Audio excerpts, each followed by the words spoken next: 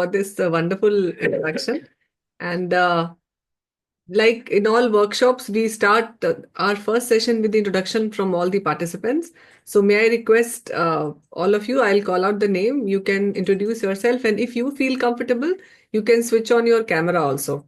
So depending on your bandwidth and the other situation at your end. Okay. If not, we will start with today's session. So I will start with the questionnaire because most of the time, whenever we have conducted this workshop, the participants always used to ask like regarding the what is a questionnaire, what is scale, what is tool. So there is a confusion or there is a little ambiguity in the different terminology which is there. So this is just one questionnaire which you all can see my screen. So it is a questionnaire of one of our PG student who is doing a screening for NCD in the staff here at AIIMS Patna. So the title is the Hypertension Assessment Questionnaire for Housekeeping Staff at AIIMS Patna. And if you see it, it starts with a different section. So part A is mainly for the socio-demographic detail, like you can see name, employee ID, mobile number, category, religion, gender, total number of family members. So if you see, these are the details like this one here, then again gender is here. Then you can see the total number of family members, the type of family. So these details are there. And then if you go down, you can see the salary structure, then monthly family income, this all like education status, marital status. And then section B is like employment and work, where you can see he's asking about the current job, length of service at AIIMS Patna. Then coming the other variable, then you can go down and see this is one questionnaire which he has put like this is job related stress is there. So this job related stress, this is like few questions which he has asked, and this is on a 5-point Likert scale, which is like 0, 1. This response category is like 0, 1, 2, 3, 4. And if you come down, these are again all the tool of job related stress. And then the next section is lifestyle factors and health behaviors, in which he's asking about the dietary habits, and then he's asking about the smoking and alcohol, any addiction. I'm not going into the detail. I'm just rushing it because we will come to this again. But just this is to show that how a questionnaire, a typical questionnaire looks like. And then there is a detailed questions regarding the alcohol habit and smoking, and then regarding the physical activity and the obesity, in which he is doing the measurement also. This physical activity assessment, he is using that WHO physical activity questionnaire, which is again a validated one. Then he is asking about the sleep. And in the sleep, he's using a scale, which is a which is a Pittsburgh Sleep Quality Index. Uh, Here again, it is on a certain scale, like during the past month or during the past 15 days, it is asking from the during the past month. What is the frequency of the sleep disturbance or how is the sleep? So this is one you can see. So in this scale, you can see it's a mix of things. And then there is a you can come down and you can see the other detail. So this questionnaire is very, you can see a lot of variables are there. And then there is some measurements also like this blood pressure and, these are all knowledge regarding and this is again, it is a kind of CAP also. CAP means the knowledge, attitude, and practice. So you can see that he is asking regarding the questions, basic questions of the hypertension, some specific knowledge of hypertension, some misconceptions, some source of information, and so on. So this is one questionnaire. Again, there's another questionnaire, which is again, it was for a thesis of one of the PG student here, where the main aim was to see the socio-demographic, dietary, and clinical profile factors association with the anemia in the adolescent girl. And the research question was like, what are the socio-demographic, dietary, and clinical factors associated with anemia in school-going children? So if you see this questionnaire also, again, this has been, you can see the different sections. So section 1 related to the participant information, then some information regarding the, if you see like general caste, type of family, these are all like number of family members, education qualification of parents. Why? Because adolescent, uh, generally we take the educational status of the both parents, mother and father, and then monthly income. Then section 2 talks about the lifestyle and dietary habits. And here you can see like she's asking about the food groups also because it is related to anemia. So all those related diet and the meal frequency, consumption, then related to some personal and medical history, menstrual history also because that is important part. So these all you can see, and this will go on. There are some measurements also. You can see there are some clinical signs also, like general signs, pallor, icterus, then anthropometric measurement like height, weight, BMI, mid-upper arm circumference, then clinical diagnosis like glossitis, angular stomatitis, platinacea, cholinacea, and there are some blood tests also. You can see hemoglobin because she did these tests also. I mean, got these tests done also like hemoglobin, iron, ferritin, TIBC, and all those blood tests. So this is another type. So you have just seen these two type of questionnaire. So now coming to the basics of this scale.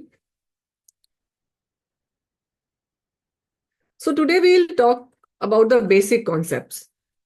So although the topic is scale development, and we will see what is the difference between these terms, but since in every workshop, the participants generally they ask regarding the general questionnaire also, because you can see in this group there are PG students also, there are research scholar also, and so there is a wide range of people, and their requirements are also different, like validation of a simple questionnaire versus a scale development. Like there was a girl who is doing her PhD thesis on a scale, and there are many people also who are specifically working on this scale. So we have tried to include all the components.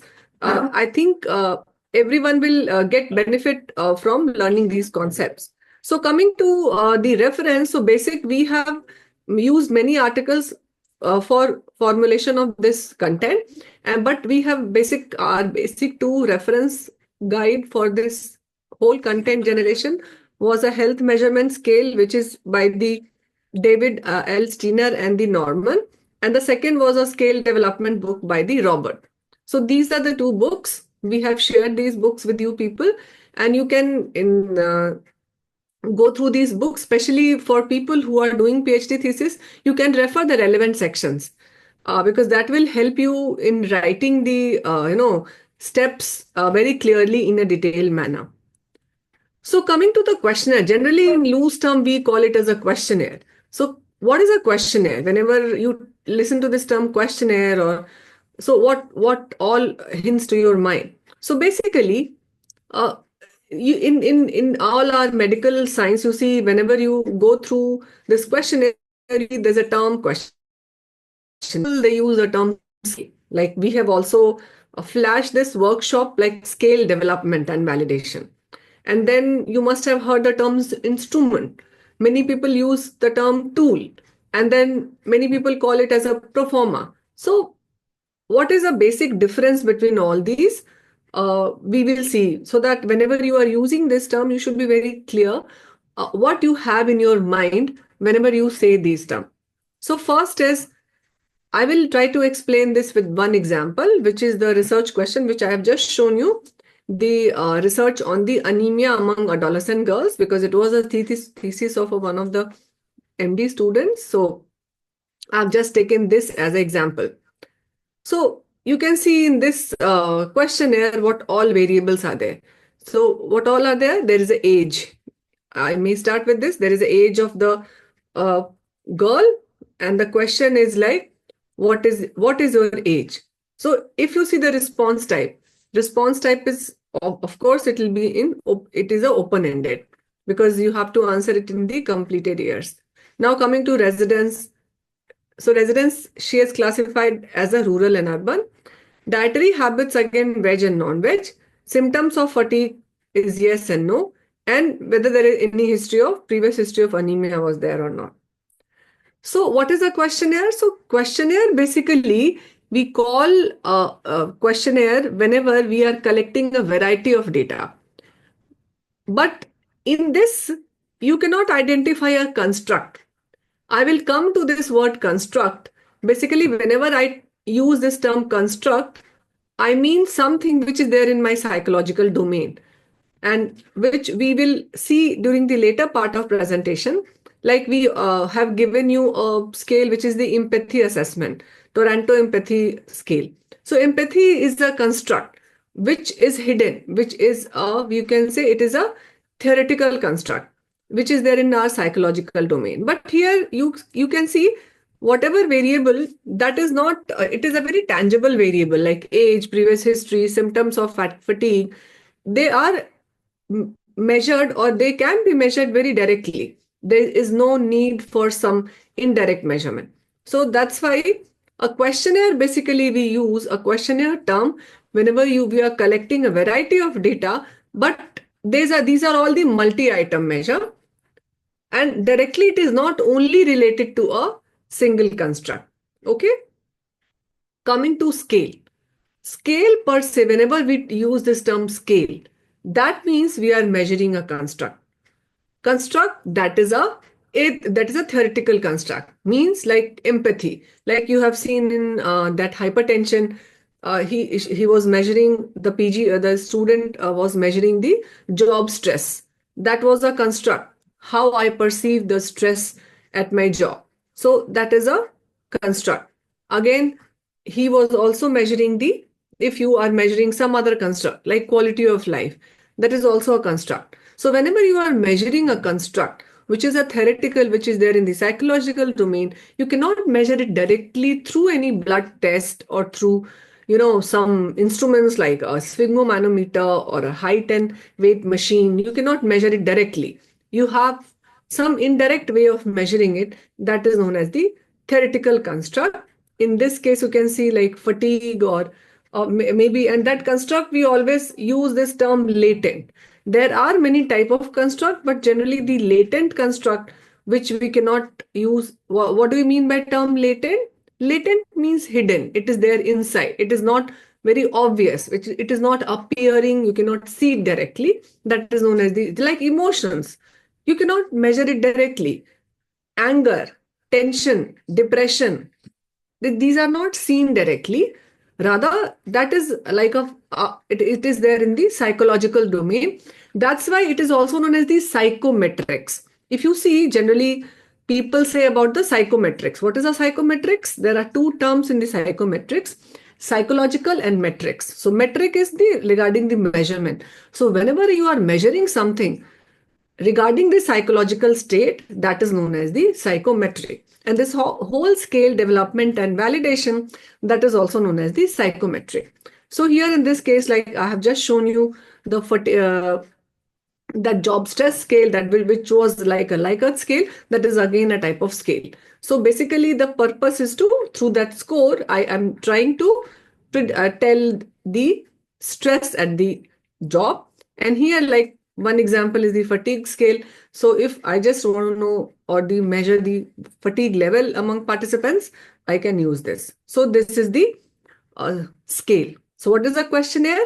Questionnaire, there is no specific construct we are measuring. There's a multi-item and then you are measuring. But again, if you see, a questionnaire has got all the parts. So later we will see that it has got a multi-item measure. It has got a scale also. A questionnaire may have a scale.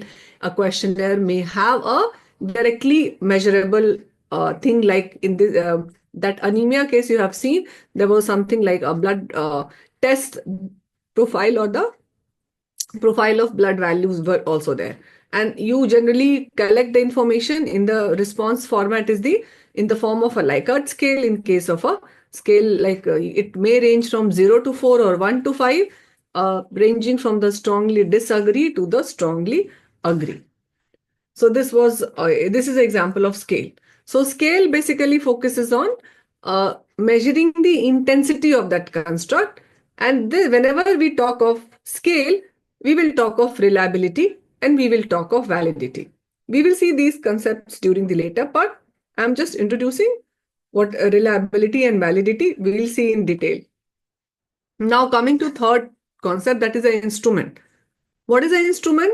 So basically, whenever you are measuring something, basically it is like when you combine the multiple components, like just the initial part, you just saw that there was a questionnaire which was like all the questions were there, and there were physical measurement also, like BMI measurement, weight and height, blood pressure.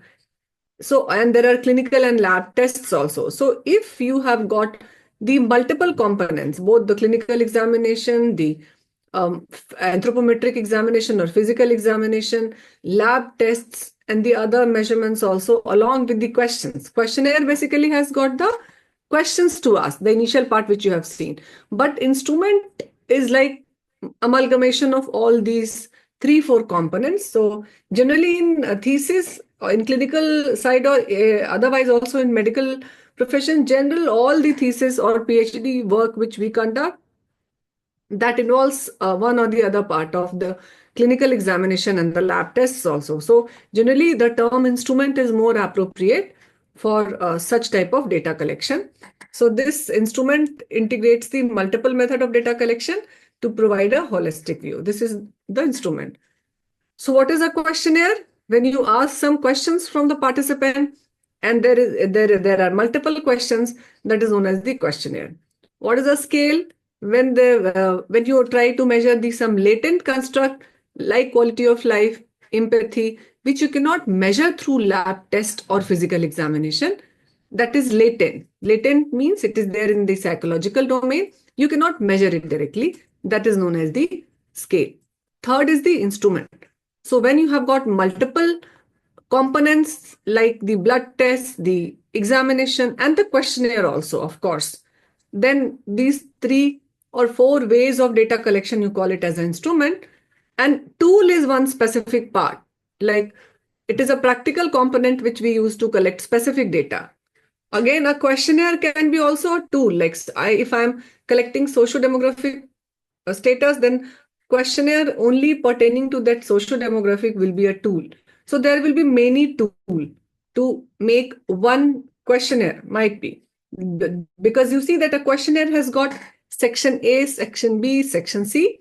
So if there are multiple questions, so each section will represent a tool. So in this case, like if I am examining a person for anemia, all these clinical signs, so this will be a diagnostic checklist like yes and no, and that will be like a tool. So tool is a specific to one aspect of data collection.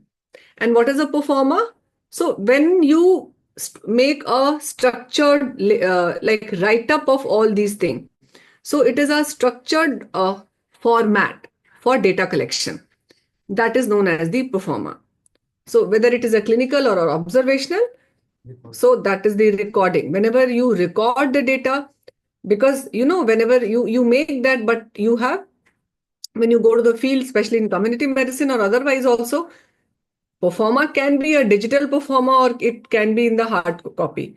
Like these days, you see that with the advent of many digital data collection tool, we may have a structured format digitally.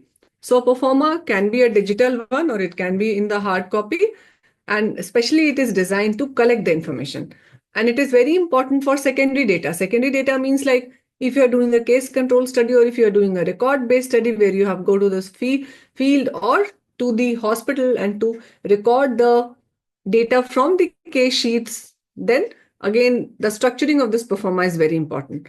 So it is typically used to record structure or objective data in the field or in the hospital. That is the performer. So if I have to summarize, what is a questionnaire? So whenever you ask some questions from the participant and the personal information where it is, we call it as a patient related information, which the patient themselves, they tell. That is the questionnaire. When you are measuring something, or if, even the participants are answering, but that is measuring some latent construct, that is known as the scale. When you are like combining the all form of data collection like physical examination, lab test, questionnaire, scale. It is known as the instrument, which is for the comprehensive data collection. A specific part of a questionnaire or a instrument is known as the tool. And whenever you make it structured to record the information, that is the performer. So this summarizes the different terms which we use. So in this workshop, we will try to cover both aspects, the scale development and validation, and the general performer also, like performer which we use for the thesis, PG thesis, or for any project also. So the term validation. So do we need to validate questionnaire for any of these research? There are 4 options here: observational research, experimental research, qualitative research, and all research. Yes? What is your answer? So Dr. Manju is saying all. Yes, rightly said. It is there for all. So a validated questionnaire, why do we need to validate it? So basically there are 2 terms in validation. We will go in detail about these terms, but I'm just introducing. Many of you know also there is something known as the reliability and there is something known as the validity. So reliability is like over the repeated measurement, it should yield the same result, which we call it as a consistent. So that is reliability. And what is validity? Validity is accuracy, means it should measure the true score or true value of the variable. So that is the validity. So if you validate the questionnaire, you will collect the health information. Because why basically we are validating it? Because we want the information which we collect from the participants to be very near to the true value which they have.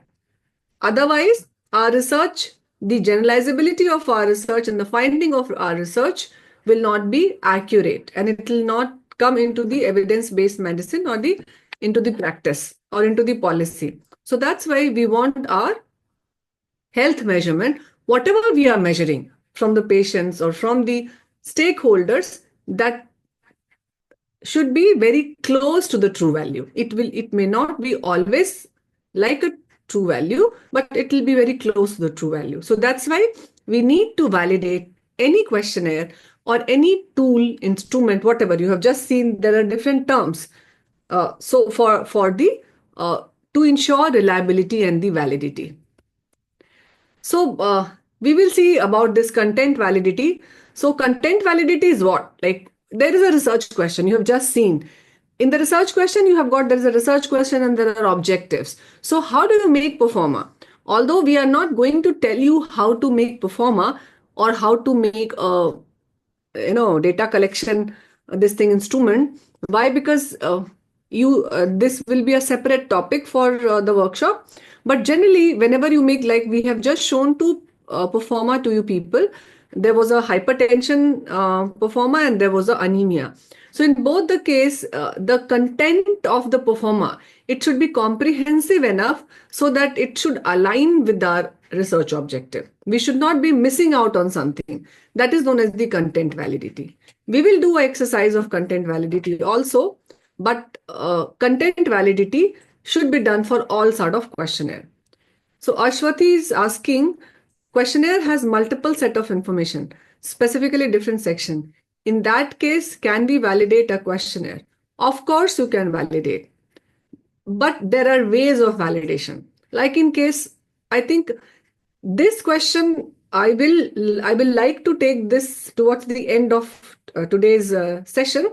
Why? Because by that time you will be able to understand the type of health measurement, because I have still not talked about that. Yes, I know there are different sections and there are ways to do that.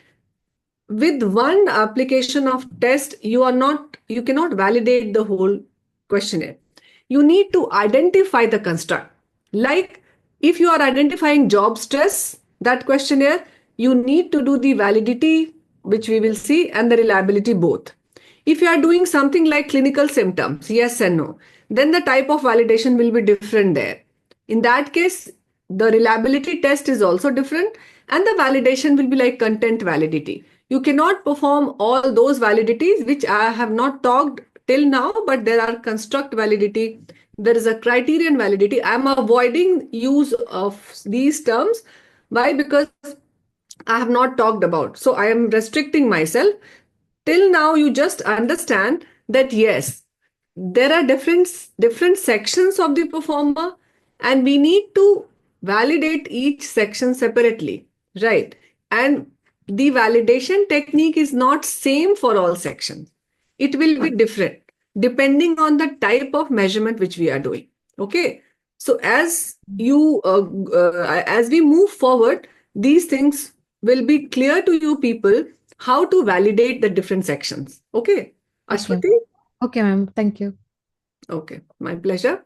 So first is, but again, this is for all section. Content validity means like if I'm seeing the clinical examination section of anemia, and if I have missed out on some part, like I have put the like pallor and probably the nail section and other like palm, but I have missed out on some important thing. Like in case of probably the neonate, where there is a different way of assessing the anemia. So depending on the particular section, I should not be missing out either on the clinical examination or on the even for the tests, blood test. If I am missing out on something which is important for my research question, any physical examination or anything, then that comprehensiveness or that content validity. What do I mean by content validity? Means the individual variable which I took, it should be comprehensive enough so that I should not be missing out on my any of the objective, including the other parameters. So that is the content validity. And then why do we need to validate it? There is something known as the measurement error. Okay. What is this measurement error? Whenever the this questionnaire or whenever the performer, it is a poorly designed performer, it will lead to the systematic error and the random error. So there are two types of error. I have introduced the term error and I have talked about two types of error. There was a random error, which we call it as a noise, and there is something known as the systematic error. We call it as a bias. And it reduces the quality of the finding. It reduces the quality of observation which we have. So now what is a random error and what is a systematic error? So coming to the types of error, the random error, which we call it as a noise, what is a random error? So generally whatever is appearing externally means dependent on the participants. Any unpredictable or the fluctuating influences. That means if my type of the question which I am asked, if the wording is not very clear, I have used some term which is not locally acceptable. Like especially in case of a Hindi translation, you will see because Bihar is a Hindi speaking area.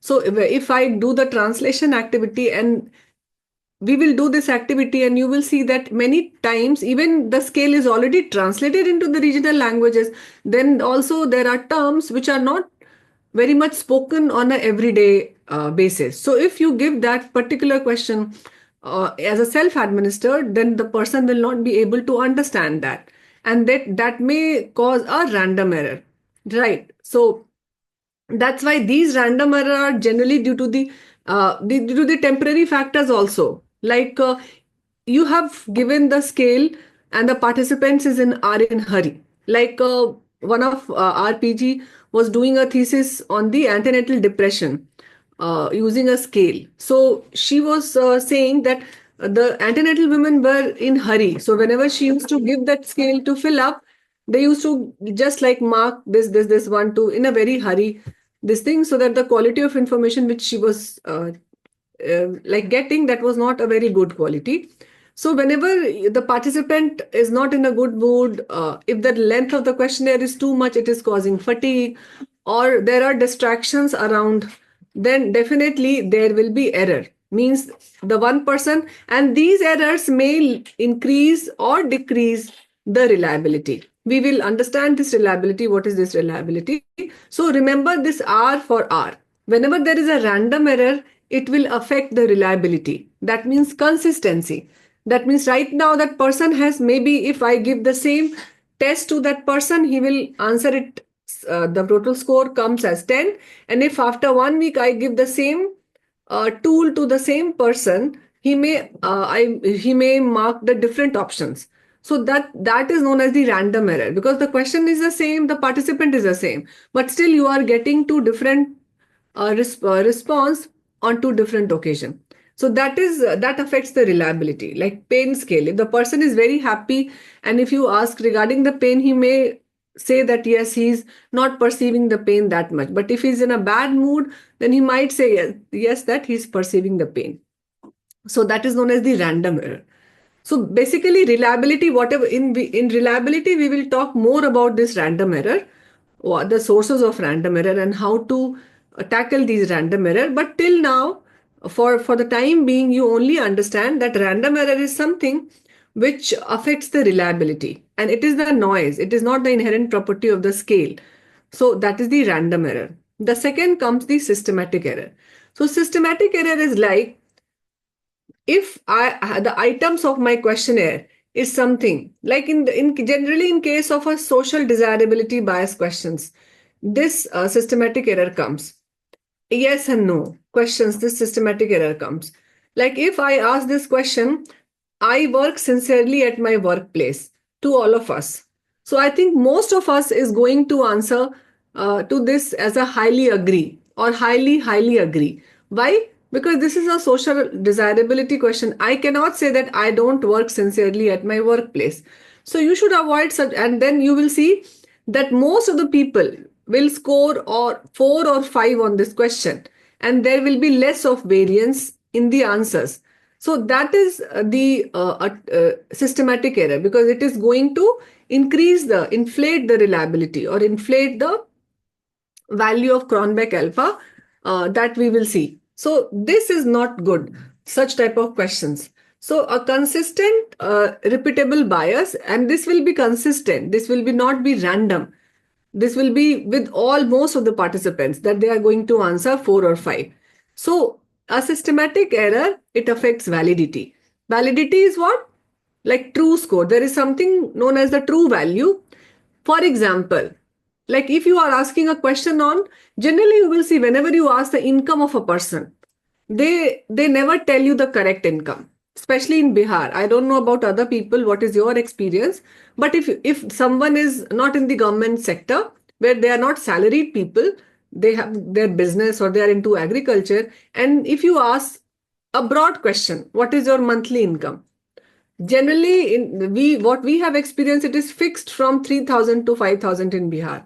They're never going to tell the accurate income. Why? They always think that some social scheme or some government scheme, and we are enrolling their name so that they will get some incentive if they tell. And since it is not recorded, if somebody is into agriculture, even if he's earning very good amount, you cannot record it on paper, like how much he's earning. So even the questions like the earning, he's not going to tell you the accurate. So it will lead to a systematic error. Most of the time, it will be a reduction in that income. So that is known as the systematic error. So that's why, again, one type of systematic error is like if a scale is developed for adolescent in depression, and you are testing the same with the same scale, the older individual, definitely the items will be different. It will not be for everyone the same, because older individual, they will perceive the items differently. So if they are measuring less on depression, you cannot say that the depression is less in elderly. Why? Because you have used an incorrect scale, which was developed for adolescent, and you are using it for the elderly. So a systematic error affects validity. Okay. So random R is for R. Random error affects reliability. Systematic error affects the validity. What is reliability? Reliability is like dependent on the mood of the participants, dependent on some vague item or vague ambiguous word which the participants is not able to understand. If you use some English term, if you are using the scale, this thing in English, so maybe if the participant is not understanding that term, he will mark something middle 3 and that he will move on. Similarly, if you like the participant like questionnaire is very lengthy, then also the participant will mark that in hurry or in fatigue. So that will lead to a random error. So random error affects the reliability and systematic error affects the validity. Okay. So is it clear up till this point? The validity, what is validity and what is reliability, and what is random error and what is systematic error? Yes? Am I making sense to all of you? Okay. Thank you, Dr. Renuka. Dr. Ravi. So if then I may move. Okay. Thank you, Ansi. Thank you, Ravi. So now compliance, why it is important? Because whenever you submit a manuscript anywhere for publication, the first question they ask, like recently one of our PG students, she also submitted her PG manuscript from her own thesis. There also the reviewer asked the first question, have you validated, like did you validate your questionnaire? So that is important because most journal or ethical committee also, whenever you present your this thing protocol in ethical this thing, they always ask for the validation. What measure are you going for the validate your instrument or questionnaire or the performer? So whenever you are so that because it is in compliance with the standards. So whenever you are doing something like patient reported outcome or assessing the subjective variables like quality of life, anxiety, then you need to do that. So when is the validation necessary? Whenever you are making some new questionnaire, like one of the student, one of the participants, she said that her PhD topic is like developing a scale for community health officers in Tamil Nadu. So in that case, if she's developing a new questionnaire, it is a must for her to do the validation. Validation has both components, reliability studies and the validity studies. So that was the, in that case, if you developed a new questionnaire specific to your research, validation is necessary. If you are using some existing tool, then also since we always do the some language modification, if you do the translation activity, then also validation is necessary. At least you do the content validation and you do the reliability also, because again whenever I use the term validation, remember it has two hidden part in it. There is a reliability study and there is a validity study. So validation means both these components.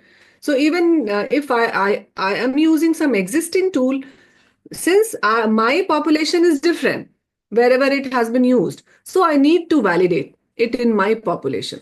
So that is the validation in my population.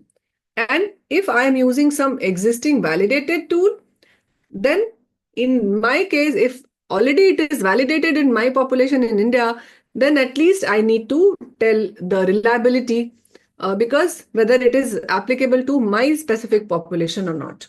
So, so in all these three cases, we need to validate. If I ask this question, if my questionnaire or my performer, it is primarily collecting the objective data, like only the biochemical test result, or radiological findings like X-ray or CT scan, or socio-demographic profile like age, gender, education, or clinical profiles like symptoms or diagnosis or treatment history, if all these are very objective.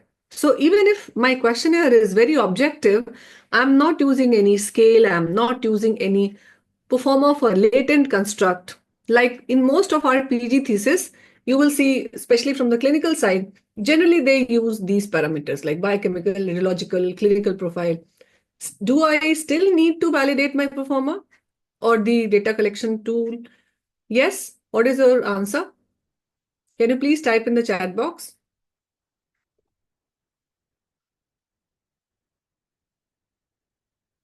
Can I see the chat?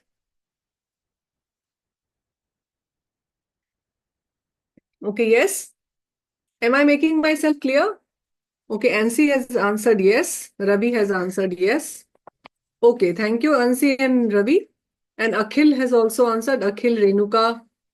Okay, thank you. So, yes, answer is even if I am collecting a very objective data, still the validation is relevant. Because if, like, for example, I am studying something related to diabetes control. So Which test I would like to include? So I have included like fasting blood sugar and postprandial. Then again, have I included the HbA1c or not? That is needed. So Shivam is asking if we are using a tool validated in a different country other than India, is validation? Yes, that is very much required, Shivam. Even if it is validated in India, still you need to do the reliability testing in your population, because maybe the population from Tamil Nadu will be entirely different from Bihar, or population of, let's say, Himachal Pradesh. The socio-cultural context will be very different. In India also, forget about in outside India. In India also, if it has been validated in one part, again, remember, validation has got both these two terms, reliability and validity. So if you use the term validated, reliability testing is must in any situation. Depending on the tool which is outside India, and yes, definitely, we will talk more about this when I will go for the validation, like when we will learn the exploratory factor analysis and confirmatory factor analysis. Then I more comprehensive way. Why? Because I haven't still not introduced the term, the various types of validity, the construct validity, and the criterion validity to you people. So that's why, Shivam, answer to this question is yes. If it is other than India, it is a must. It is not necessary. Without validation, you should not use. But here we have also seen in many departments that they directly use the questionnaire. But the data which you will get, the quality of data will be compromised, because if you see, we have been to many of the DRC. What is DRC? DRC is a departmental research committee. So there is a, here in our institute, before submitting the research to the institute research committee, there is something known as the departmental research committee. So our department people are member of many of the other department, like let's say medicine, surgery, or maybe the urology, other super specialty department, pediatric surgery. And there we have seen that they use any questionnaire which is there, like their outside country, without validation. Generally, we recommend them, but again, it is, you can only recommend. You cannot force someone to, no, you have to validate only, then only you can use. We generally convey our viewpoint, but again, it depends on the researcher. So many people, we have seen quite a lot of time that they use the questionnaire without validating it as such, especially for PG thesis, because they think that probably that's not required, or maybe if it is taking more time, they don't want to invest that much time. So there are various reasons from their end. But yes, the answer to this question will be definitely yes. You cannot move ahead without validating it if you ask from us. And that you, if you refer all these books which we have shown in the beginning, like Robert and the Norman, they, I mean, I'm not telling my this thing, it's the reference textbook which suggests the same. Ashwati is asking, do we need to validate CRF and the questionnaire in CAP studies? Yes, you need, in CAP studies also, it is must. In CAP, we will have a few, like 10 to 20 minutes of session on CAP also, because CAP, if you see the knowledge, attitude, and practice, it's a mix of both type of construct. I have now talked about the reflective and formative construct. So let me talk about that, Ashwati. Then probably you will yourself, you will answer this question.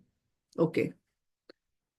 Bhavna is writing, ma'am, if I conduct a study in urban rural, then need to validate a question which is already validated. See, if you just say validated means I need to see the type of measurement. Simple as that. Just by saying a validation of a questionnaire, it is not a specific statement. Why? You have just seen a performer. A performer has got many sections.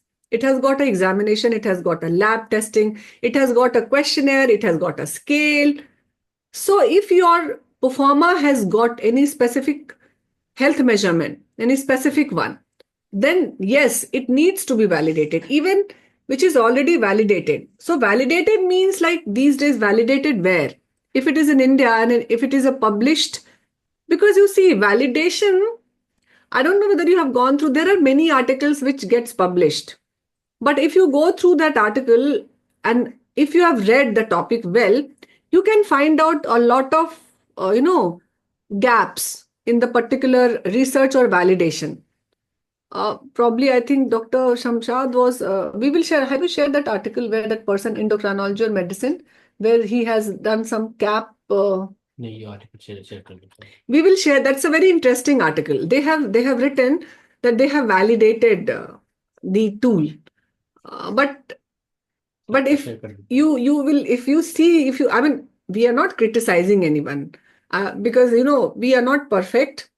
But if you see, you can find out as a scientific community, you may find that there will be a lot of gaps. So what I say that rather than using the same, because you are saying now already validated, but already validated, the quality of validation which they have done and which we do. So if it is Indian validated, I am doubtful, because generally we don't do these validation in that strict manner. And of course, if it is outside India, then that answer will be yes, because the population, everything is different. So answer to this, if you do it, it is a very good idea. Rather, I should be saying that way. If you don't do it, that is up to you. You can use the same without validation also. Still, you need to report reliability. Reliability, we will see what is reliability.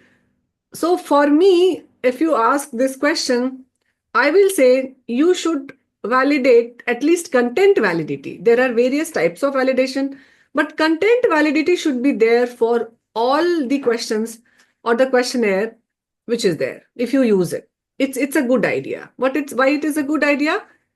There will be a lot of learning for you people also, because you are doing the research and you are honest to your research, then you don't want anything to be missed out.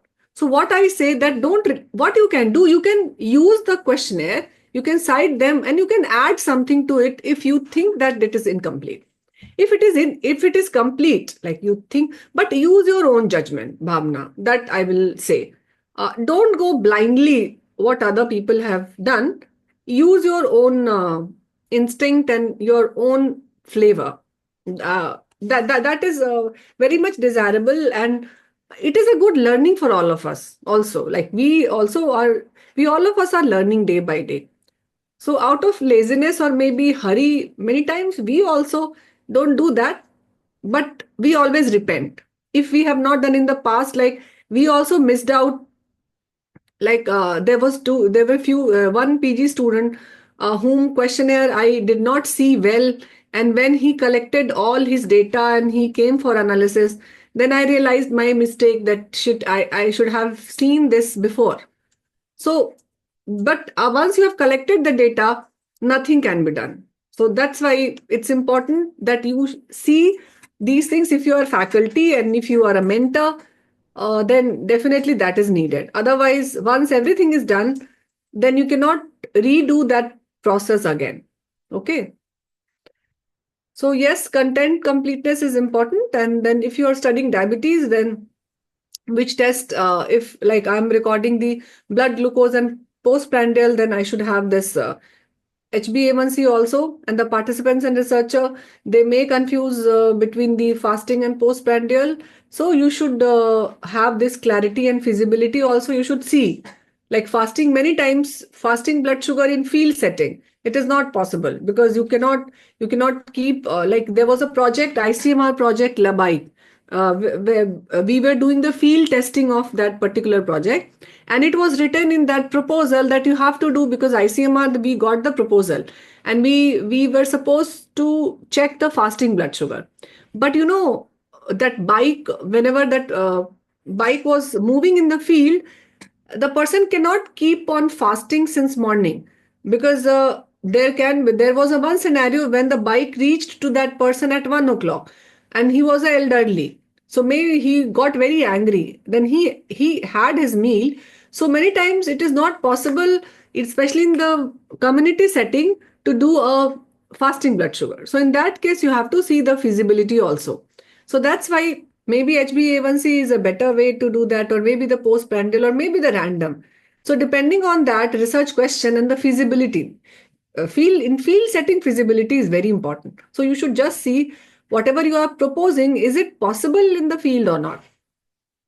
And then again, how many minutes, if you ask this question, how many minutes of moderate exercise do you do? So again, for clarity, you have to ask this question. What do I mean by moderate exercise? And am I asking, because many times what I'll see, that the students, especially the PG students or the UG students, they are very novice or naive in asking questions. So there was a one student where the person was a handicap. There was pain in both the. I mean, there was some filariasis case or something like that. The leg was very heavy. One, there was a lymphedema. He was not able to walk properly, and this question was there regarding the physical activity. And he was asking from that person, like, do you do like cycling or swimming? So you should see the context also. It is not like a question. So that's why I say that in your population, if there is swimming is not that common, you will not ask about the swimming. Or if like there is no such thing like a park or this thing, you will not ask regarding a regular walk. Again, you can ask about other, what type of activity do they do. So in that case, you will also get to know what type of activity. So you may ask initially that few open-ended questions also, that we'll see in the pre-testing of the question. So that feasibility is important. So again, you will see that in content validation is important. You have to see the objective, whether all the contents are there or not regarding that particular research objective. And in that content validation, there's a separate session on that. There are experts also. You may ask the people sciences to review the performer, and you see like whether all the variables like HbA1c or fasting blood sugar, BMI, that has been included or not. And you have to see whether the lifestyle factors are captured comprehensive or not. And the tool which they have used, whether it is no some standard tool like WHO or CDC, or maybe some Indian like ministry, or what. Again, pre-testing and pilot testing of performer is important. We will see this during the later part of the session also. So pre-testing is basically you check regarding the clarity and completeness. The questions which is there, it is not posing any ambiguity. It should not pose the incompleteness. So that completeness and clarity, you do the pre-testing, and then on a subsample you do the pilot testing. Why? Because it is a small rehearsal of your project also. So if you do the pilot testing, the same situation, it will also help you in improving your research or the methods. Now there is something known as the face validity. Where face validity is again basically just by seeing face, just by seeing the question. If you see that there is something wrong, something illogical, you think that it is not logical and it is irrelevant, that you should get it removed. And again, method is to involve stakeholders or to involve experts in this. Like one example could be like if it is an eye examination, if you are doing something on glycemic control and if you have not included eye examination report, then it is the face validity seems to be compromised. Or if you have not included a variable like duration of diabetes, if you are doing something on a diabetic control, then again the face validity is compromised. If you are using a performer, means for if you're taking a secondary data, many times we do the secondary data analysis where we collect the information from hospital record. So if you are doing something of that sort, and if there are multiple people means there are 2-3 people who are going to use that, then you can do the inter-rater reliability. So we will see this inter-rater reliability by kappa statistics. It ensures that the two participants, they are collecting the same information and there is no inter-observer bias. Because and it if there are a clear definition of the variable which you need to collect, and if there are standardized format, then generally this you can check on this inter agreement or the inter-rater reliability. Again, feasibility check. I have talked about feasibility. In the real world, you need to do the feasibility check, which is also known as the pilot testing.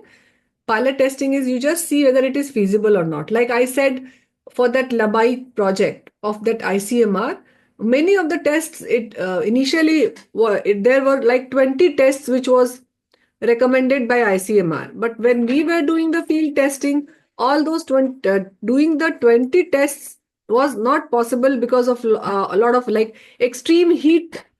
At that time, it was like 44 degrees centigrade here in Bihar. So that reagent or that sample, that was like not working properly. Even the machine, it was not working properly in that extreme heat condition. And during the rainy season also, or during the extreme winter also, there was a issue. So all those seasonal variation and the community acceptance, it was a real challenge to ask people to come forward for the testing. So feasibility check is important whenever you are going in the field. You should see the feasibility of your intervention, if it is a community based trial, or even if it is an observation. Like if you have make a questionnaire very lengthy, if it is taking 45 minutes or 50 minutes one person, then they are not going to give that much time to you, or in that case a very less number of people you can cover in a day. So that is the feasibility. You should check for that also whenever you are planning for any research. But there are situations when these validation, like one person has asked regarding, is it important to validate the questionnaire, all the variables or all the components of questionnaire? So yes, when the collection of the data is very objective, like blood tests or imaging reports, then there is no need for validation. Why? Because it is very clear. But again, that instrument checking and all you will do. So in that case, again, inter-rater reliability you can do. So what is the key takeaway? So key takeaway is like reliability. It matters when there is it does not matter much if it is an objective data collection, like the instrument measurement or the like blood testing, the value which is coming, that is not that important. But if it is very, if it is something related to the latent variable, something related to the formative construct, then in that case, it is important. So if the data collection process and if the data entry process, everything is standardized and automated, where there is a less of human interpretation or less of human intervention, then reliability checks may not be necessary. But whenever there are multiple people involved in the data collection in the entry, then yes, reliability matters. So now coming to the types of health measurement. Okay, somebody. Okay. So Dr. Shamshad is asking me to ask from you people, do you want a break right now or should we continue?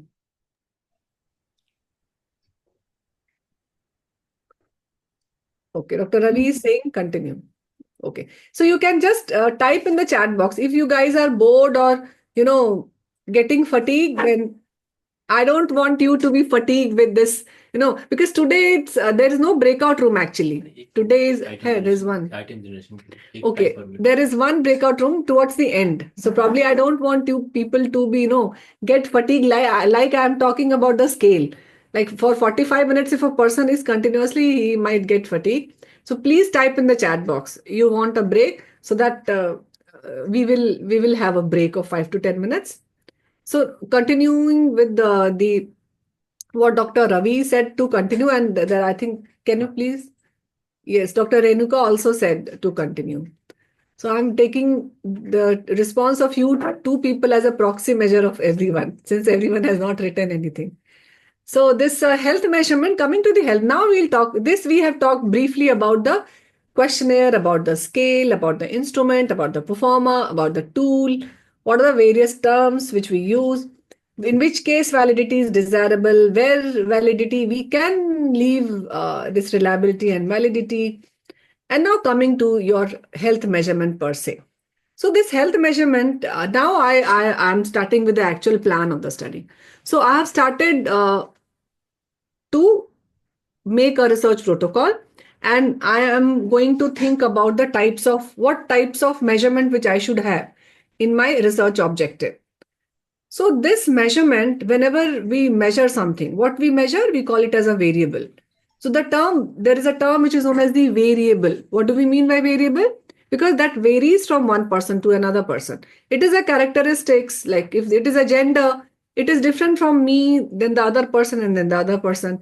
If you collect hemoglobin, again, it is a variable because this is different. Hemoglobin level of my hemoglobin level will be different from your hemoglobin level. So this is a variable which is different. It is a characteristics which varies from person to person. And in any person, there will be numerous variables, but it depends on your research question, which variable you are interested in. And you only count those variables which are related to your objective and which are related to your research question. So, like, there are few variables. If you see this person has got age, gender, blood sugar level, BMI, and weight. So few variables are there. But in research, it is not only the age and gender. There are very many variables which we cannot measure directly, which are known as the construct. So I will be talking of this term construct, and this construct is again something which we cannot measure directly as we measure age and gender, or we measure the blood pressure. So few construct this we have seen, like age, sex, and weight.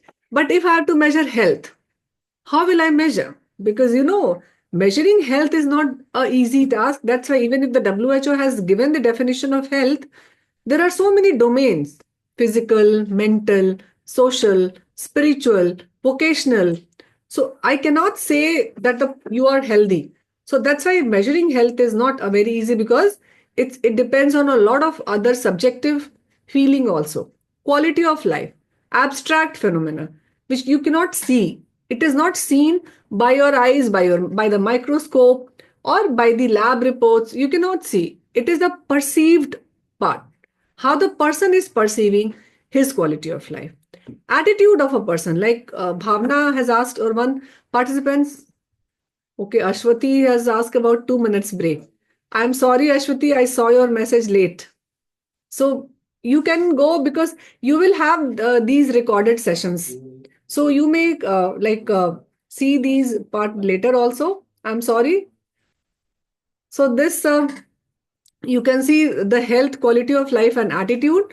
And attitude, again, like we measure the attitude for blood donation. There was a study here in our transfusion department where they have measured the. Can you move that up, the chat? Okay, so Shivam is asking, will we cover the sample size calculation for pre-testing and for the main validation studies?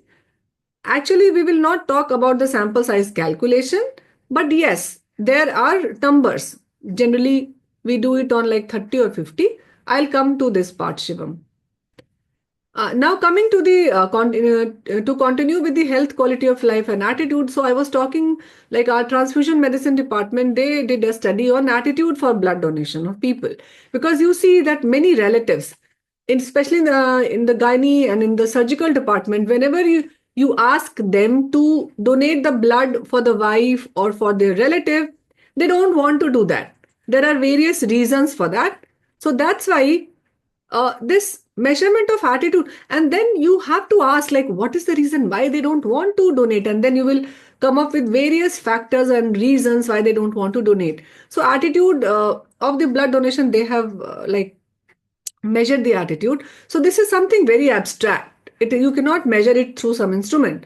So these are like you can call it as a construct.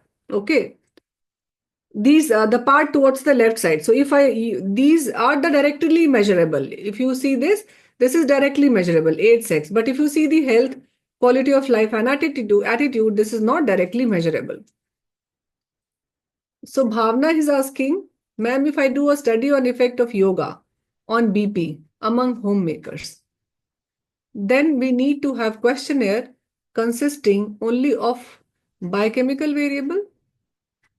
Okay, if it is only on BP measurement, then yeah, biochemical, I think biochemical, see, yoga has got a lot of other, you need to see yoga affects what all variables from the prior literature.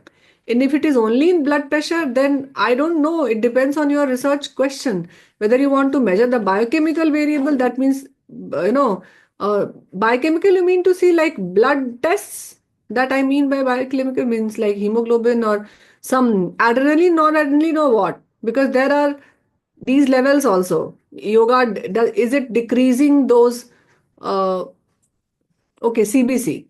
So yes, then also you need to see the content validity. And it will be a questionnaire. Okay, Ravi is writing cortisol, insulin. So depending again, here comes the role of feasibility. I don't know what all, depending on the funding, how much fund is there for that project, or whether you can measure these parameters like Ravi is writing cortisol or insulin or not, or is it only CBC and it is homemaker? How? Because you need to take the sample, collect the sample, and take them to the lab, or will they be going to the lab, or will some person will come to at the home? So all those things are important. If you are checking like biochemical variable, you need to see, are they using the same standardized instrument? Because biochemical also like hemoglobin, there are many machines. Which machine are you talking about? Only single machine is testing all? Are we testing the instrument reliability? Means, we do the calibration also.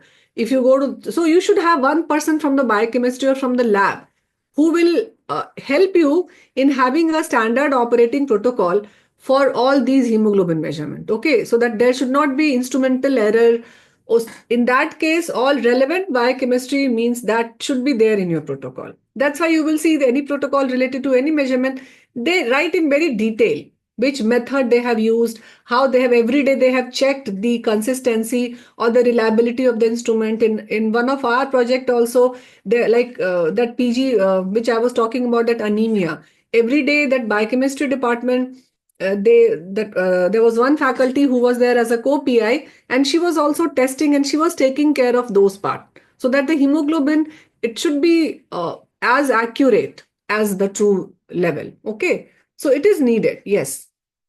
That, see, validation is not only to the questionnaire. This term is, we call it for the entire research process, if you say. So yes, in that case, validation of the instrument which you are doing, even if the weight, if you see the weighing machine, we check the reliability every day. Like RPGs also, they have some known weights like 1 kg or 2 kg, and whenever we go in the field, we put that weight to check for the error thrice, so that that machine should be valid. Means known weight you can say, if it is a 5 kg, and if machine is also reading the 5 kg, then it is valid. If it is inflating it, again we'll see the reliability and validity hold for some time, and then I will come to this concept. But yes, answer to your question is yes, even if it is leading to the uh, you know that biochemical parameter. Again, break, yes, but I think that was before. So this was there. Then coming to the variable, there's a term which we have just seen in the beginning, that variable is what? Anything which varies. Ashwati is also again something. So if we develop a new instrument, that does it has a fixed procedure? All these questions, I think now, if you wait for today's, towards the end of today's session, you will get your answer, Ashwati. Yes, if you are developing a new instrument, you need to do all the reliability and validity. Yes. Does it has a fixed procedure? Definitely. Instrument means what? Instrument means if your instrument or your performer is having all the mix of health measurement, the reflective as well as formative, we will see that you need to validate it. Ma'am, instrument is not essentially like a scale or performer, but if we develop a something like a physical instrument, like for administering a particular medicine or something like that, in that case also the validation of that instrument So has in a that instrument will have some content. no, ma'am. We have for drug administration, we are modifying a particular type of instrument, and we are developing a new kind of instrument. Then also you need to see if you are developing it against a known something, Okay. drug dispensing, is it Okay. dispensing the same amount every time? This is reliability. Okay. Like Okay. maybe you have put like 10 ml and it is Okay. dispensing, I don't know, I'm just randomly I'm answering. If Okay, you okay, if you have like made that instrument, modified that for dispensing, let's say 10 ml. okay, So you ma'am. have put that 10 ml. Every time it is dispensing 8 ml. So it Okay, is reliable. Why? okay, Because every time it is dispensing 8, but it is okay, not valid. Why? Because it is dispensing 2 ml less. okay, ma'am. Okay, okay. So Understand. Okay. questionnaire, it is a scale, but And validity and reliability is of instrument also. okay, If ma'am. you are like temperature, let's say, I have given this example of a clock also. We have like you have got an alarm clock, and every day it is ringing at 6 a.m. in the morning. Okay, Okay, but the actual time is 6:30. okay, Okay, so you will say that yes, that alarm clock is reliable. Why every day it is ringing at 6, but it yes. is not valid because the actual time is 6:30. Okay, okay. So same with your drug. If Okay, it okay, is dispensing every time 8, then it okay. is reliable. Why? Because it is consistent. Understand. But it is 2 ml less than the actual. So it is not valid. Okay, okay, ma'am. Okay. So even if it is new instrument, you need to say that it is reliable and it is valid. Both. Oh, Because again, it is measuring something. yes, See, ma'am. Yes, yes. measuring some tangible or intangible. In Okay, scale, generally we talk about intangible thing like emotional state, or maybe the depression, or maybe the quality of life. In case there we do the full validation. Full okay, validation means there we collect the data from many people, and then we do the reliability checks, we do the construct validity, we do the concurrent validity, we do the predictive validity, all those validity we do, yes, right? yes, In your case, of course you will again going to do it on few participants, let's say 30. yes, yes. Again, I will give you one example, that lactate, this thing na. There was a project here of Gates Foundation where Okay, we are doing a wireless fetal monitoring. Okay, of I'll just give you example. Wireless fetal monitoring of antenatal women to see like whether the intervention, the hub will be created here at AIMS Patna, okay, and we will monitor them remotely to any periphery, and that fetal monitoring device will be there at the whenever the antenatal women comes for the labor, during the labor time. Okay, and intervention will help in probably the referring them, early referral, just to decrease stillbirth or to improve the neonatal outcome. okay, Okay, ma'am. Okay, so and to see the asphyxia also, because in Bihar asphyxia is a very common problem, and we are not able to decrease this asphyxia. So yes, this project we are doing a community based, which is funded by the Gates Foundation. okay, So there we need to test the lactate level and pH of the baby's blood. Okay, but since the feasibility was not there, why? Because in a remote PHC the facility for this testing is not there. So what yes, we did, we have uh, like we talked to one agency, and they have we have procured one lactate measuring point of care device. Okay, so ma'am. but that point of care device we need to do a reliability testing and validity. So Okay, we did that testing here at AIMS Patna. How? okay, In the gynecological department we did the testing we did the testing on yes 40 I am babies. Very serious.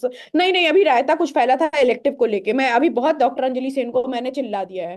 हाँ मतलब मैंने अच्छे खासे सुना दिया है भाई, देखो ऐसे नहीं चल सकता है, ठीक है? मेरा भी एक पेशेंस लेवल है। 5 दिन में ये खोए पेपर के एक्सरसाइजेस मैं ड्राफ्ट करके दे रही हूँ, एचओडी इंस्ट्रक्शन देने के लिए होता है। अमित, मैं इतने इससे ज्यादा मैं नहीं कर सकती हूँ, मेरा गिव अप आ जाएगा अगर Dr. Assistant Renuka. प्रोफेसर की टीम नहीं। Yes. So, yes, so I was telling you there were 40 babies, and we did the reliability and validity study. How we did? There was a gold standard, like maybe through that ABG machine. okay, So ma'am. through ABG machine, we tested the pH and lactate blood of that baby, and through that machine we did. And we see that what is the sensitivity and specific, that is the validity. Because the sensitivity, specificity, positive predictive value, and that is the validity. I don't know if I'm making sense to you or not. Yes, yes, And the yes. reliability is like seeing like whether there was a correlation between these two or not. So Okay. we did that and we reported. Ah, And yeah. now we will use that instrument in the field. Okay, ma'am. Okay.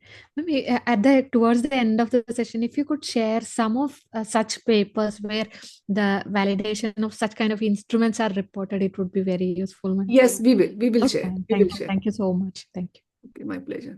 Bhavna, you have raised Yes, your hand. yes, ma'am. Ma'am, actually, I have a question. Like, if we are doing a qualitative study, then how we are supposed to validate the questionnaire because we don't have a fixed structured questionnaire in qualitative study. So Okay. while I assessing like perception or a beliefs or something, barriers or something like that. So I mean, I have a confusion like this, ma'am. Yes, very rightly asked. There is a this thing also. There is a workshop of qualitative in the next month. But again, qualitative. See, how do you make a questionnaire for a qualitative? How do you make? Generally, you start with your research. You have some research objective, right?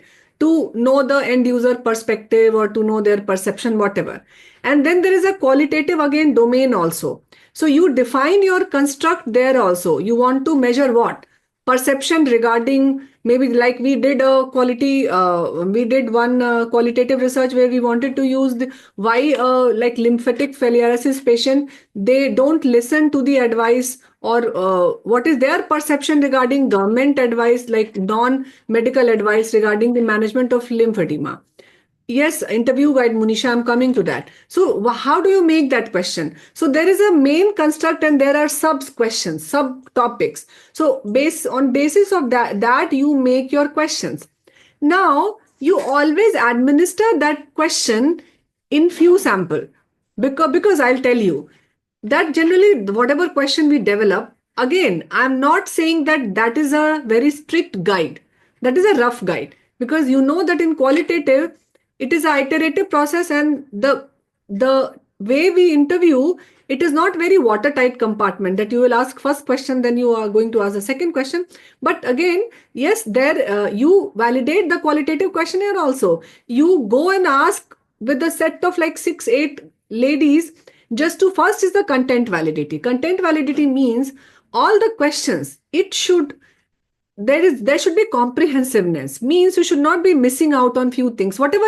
And again you do the literature review. See, from the literature review you have a lot of areas where you should inquire. You develop your prompt like to help what so that prompts also it should be comprehensive, means if the people are not able to say what prompts you are going to use, so that prompt also you do the check. And when you talk to the people like what we did, we have pilot tested that guide in 6 to 8 antenatal women. We and just to check whether they are able to understand, because when you translate it in Hindi, the translation process again that is very important. The way you ask the question, the meaning, the term, what term. Many time in Hindi, because Hindi has also a lot of dialects.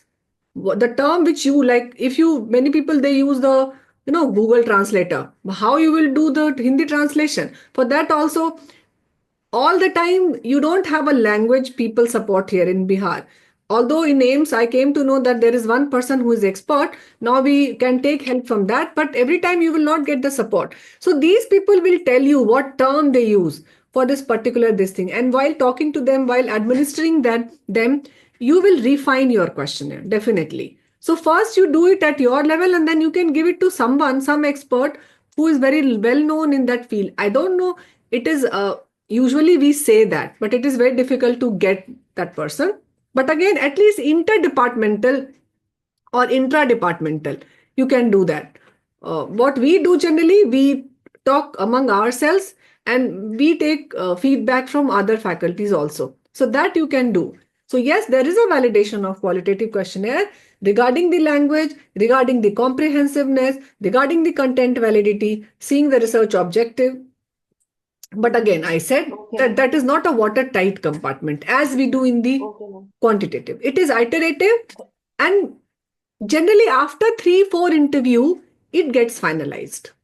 What we have seen, we were part of doing a one HIV, perception of stigma. So after a few interview, like 4 5, we had new questions also. So that final interview guide, maybe you propose like maybe after the end of 16th, we took 76 interview. So our questionnaire was very much different, which we proposed in the beginning.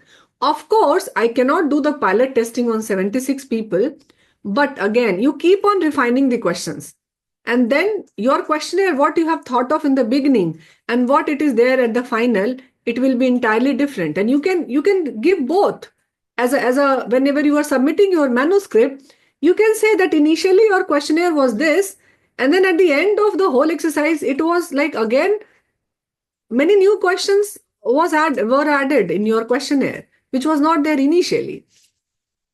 Did you get it, Bhavna and Munisha? Okay. So now coming from for this variable versus construct, this what do we mean by variable? So now just see these two. First, I will ask to focus on this socioeconomic status. So this socioeconomic status is a construct, but this is a tangible. You can measure it. So this is a construct. But what are these? Income, education, occupation, wealth. What are these? Yes? Can you show me that why it is not coming today? Put that at the up. Yeah. Yes? Domain, tangible, variable. So true, Dr. Manju is right, Bhavna is also right, it is tangible. But all these four are variable and this SES is the construct. Similarly, why? Because what is a construct? Construct is something which is there in our psychological domain, and operationalization of that construct is the variable. So I have operationalized my socioeconomic construct using these four variables: income, education, occupation, and wealth. And then probably income and wealth are same, but again, just for example, these are the variables. So I will have some score, and these score will vary from one person to other person. So that is the variable. So all these four variables together make this socioeconomic status construct. Similarly, coming to this self-esteem. What is the variable here and what is the construct here? Please write. Identify variable and construct.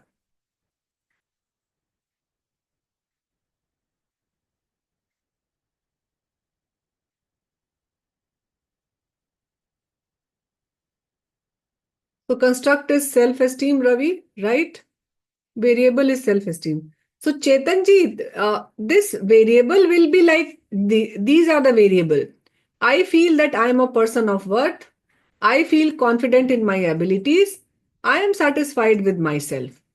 So in case of, yes, Bhavna, in case of such latent construct, these are known as items. So we will see this, but these are known as items. So these three are items, which is also known as the variable. And if you sum up the score, this score will vary from one person to another person. So operationalization of a construct is known as the variable. Again, dietary quality. What is a construct here and what is a variable? In this example, first focus in this. What is construct? Yes, please write. Dietary quality. Yes, Chetanjit. Now you got it right. Manju is also right, Dr. Manju. And fruit intake, vegetable intake, saturated fat intake, these all are variables. And if you sum these up, these are the variables. Coming here, what is the construct here in this second case?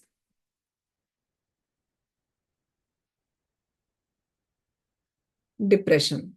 So yes, depression is a construct here. And what are the variables? These items, first, second, and third. Yes, Ravi, right. So we use, like I said, that we use variables to operationalize or measure our construct of interest. So generally, can you measure a construct by single variable? Or to put it other way around, a single construct is often measured by multiple variable. Do you agree or not?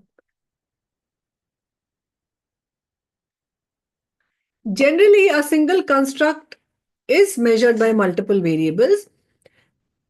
Why? Because then you will see, we will understand about these items. Then the reliability is more if you measure the single construct by multiple variables. So now you have to write few construct. If my few items or variables, if my construct is I want to measure this quality of healthcare services. So what all variable can I have? Yes, please write in the chat box. Few variables, quality of healthcare services. If I am visiting a health facility, what all do I need? What is very important for me? Delivery time for OPD. Ravi is writing yes. Physical infrastructure, Manju, good. Bhavna is writing manpower, money, time for diagnostic. True. Quality of care, yes. Care means again you can break this. Quality of care, what do you mean by? Because quality of care is again, I will ask like consultancy time. If I have gone there and by what time I came out. So that time probably I can keep waiting time. Yes, for me it is very important. If I have to wait for 2 hours, then probably I will not like to go to that particular center. Or if again infrastructure, if it is very hot or very cold, or if it is unhygienic, if it is dirty, then probably I will not go. If the clinician competency, yes, Ravi is right. If the doctor is not competent, I might not like to go. So these are the special, yes, very right. Distance, accessibility, where it is. If it is very far, then of course I would not like to go. So these are the special this thing. So competency of doctors, accessibility, distance, time, waiting time. Again, one person said that investigation, how it is. Few may have saying that some facility of cafe or some eating this thing. So all those things are there, or maybe something as an entertainment. So that can be there as a quality of healthcare services. So similarly, you can see that all of you are right. And whenever you do some health measurement or any measurement of a construct, what you do, you assign a number to it. Generally, what we do, if it is yes, no thing, we assign 1 to yes and 0 to no. So whenever we do any measurement, any analysis can be done on numbers. So we assign numbers to the particular construct. And that's why you will see that in the response format, you have got various type of scale. Now coming to in terms of measurement, which is the odd one from all four of this? Pain? Yes. Why? Because height, blood pressure and SpO2, that can be measured very directly. Now find the odd in this. Cleanliness, surgical site infection, amount of biomedical waste generated and surgical waste. Surgical gloves used. So cleanliness, Ashwati is right. So again, patient satisfaction, depression, vitamin D, burnout. Vitamin D, very true. So what is the rationale? So you all have answered correctly and quickly. So the rationale of your answer was like, there were few variables which you can measure objectively, and there were few variables which were like you need some indirect way of measuring those tools. So yes, like there are other attitude for blood donation, quality of life, job satisfaction, academic pressure. So these are known as you ask, these are known as the intangible variable. Intangible means you cannot measure it directly. So in this case, in this hospital, there will be in any health measurement, there will be few variables which are tangible and there will be few variables which are intangible. So like many participants initially asked in the beginning regarding the validation of the whole questionnaire. So the whole questionnaire comprised of different sections. So you have to focus on different section, the variable or the construct which you are measuring. Is it a tangible one or is it an intangible one? And depending on that, you need to do the validation. So first is the identification. Why I am saying identification? Because I have not told you how to design it. So probably if you ask from me, you have to start thinking from the designing your questionnaire. The way you are putting your variable or you are putting your construct. So you put a construct and then you design variable. You put a construct and then you design a variable.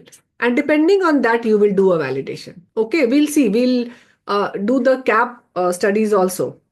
So in this case, you can see number of ultrasound machines, cleanliness of hospital, suicidal intent at workplace.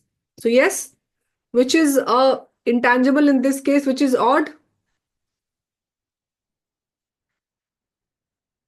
Although I know you all know this, but just to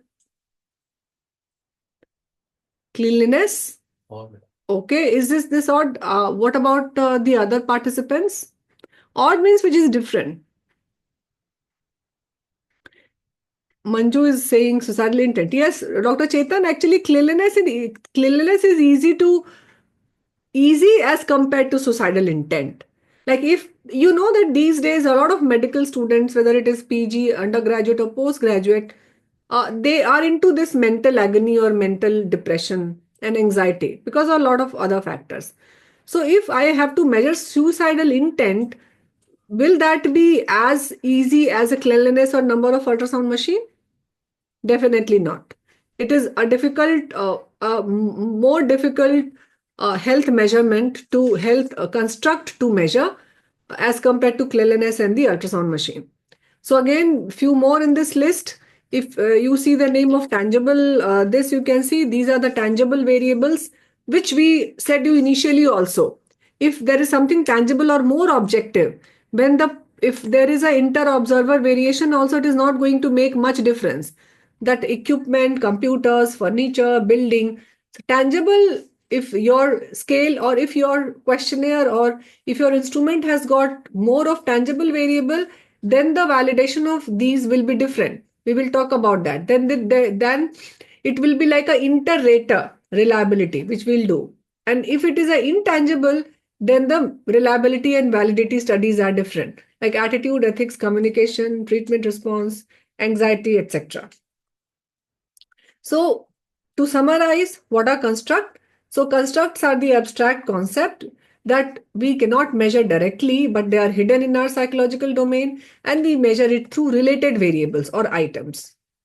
In this case also, there are construct, you can see this depression if I ask, or just you can type in the chat box, which are the construct which are like latent in this case, not measured directly. You see this age, amino acids, anxiety, cleanliness, depression, flower, fatigue, height, gender, marriage, obesity, satisfaction, self-esteem, stem cell tree. Yes, please type in the chat box. So marriage is what? Okay. Is it a tangible or an intangible construct? Marriage, I'm talking about intangible currently. Generally, construct word we use more of an intangible. Yes. Yes. Marriage is intangible. No, generally you can measure marriage. Happiness in marriage is something intangible. But simple marriage, yes, if they are registered and if you can measure marriage, right? Measure means construct is only married or not married. It is not marriage actually.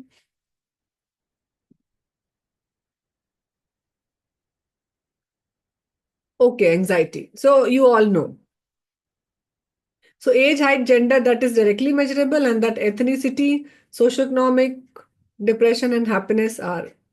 So in this case, in blood pressure measurement, what do you do? Whenever you do a blood pressure measurement, you do the mercury height of the mercury, and you observe that. So again, in this case also, blood pressure is an unobservable variable, but this mercury height is an observable variable.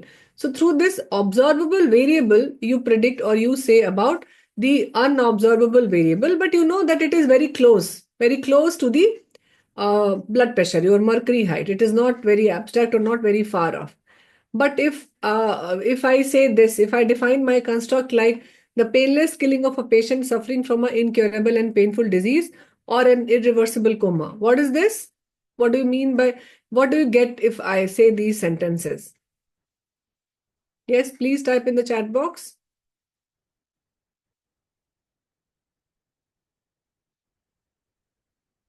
Euthanasia, true. And if I ask this,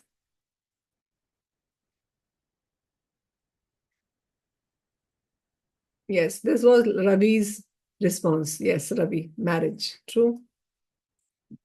So we often refer a construct as mental abstractions. Why? Because these mental abstractions, they are usually they are not observable, and we measure it through some indirect.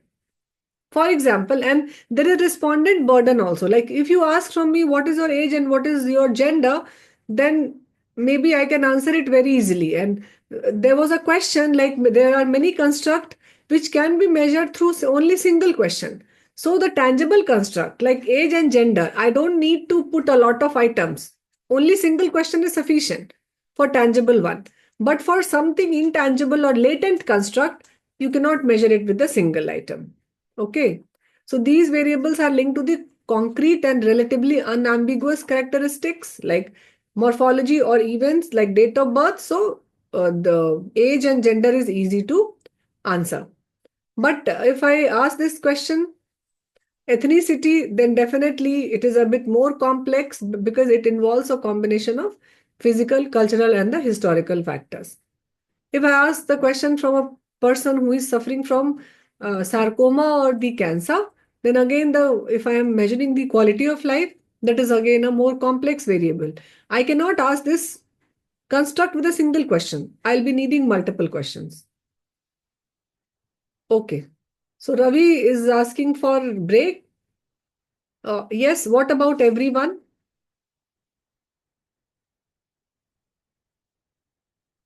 So yes, I think Ashwati has asked one question. Can we say that? Can you show me that question?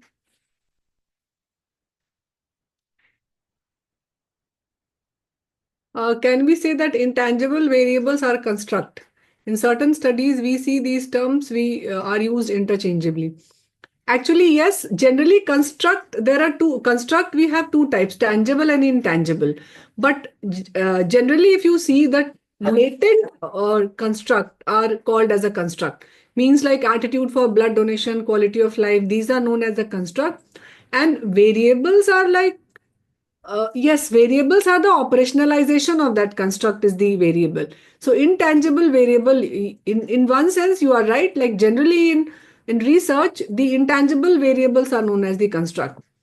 Again, Ashwati has asked one question: when inter-rater reliability is done. Okay, when inter-rater reliability is done, we are using a questionnaire with Likert scale response format. Is there any scope for testing the inter-rater reliability? Would you answer this if it does not affect the flow of session? Okay, inter-rater reliability there I will definitely discuss, and there is a hands-on also on inter-rater which we measure through kappa. So inter-rater is always done when in the study when the tool is not self-administered. First thing, if it is Likert scale and if you are giving this as a self-administered, then there is no need for inter-rater. One thing. Second thing, if there are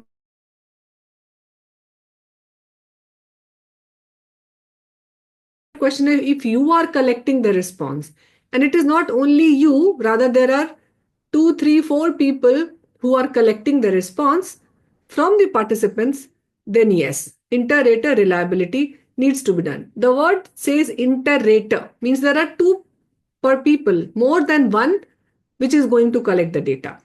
That is inter-rater.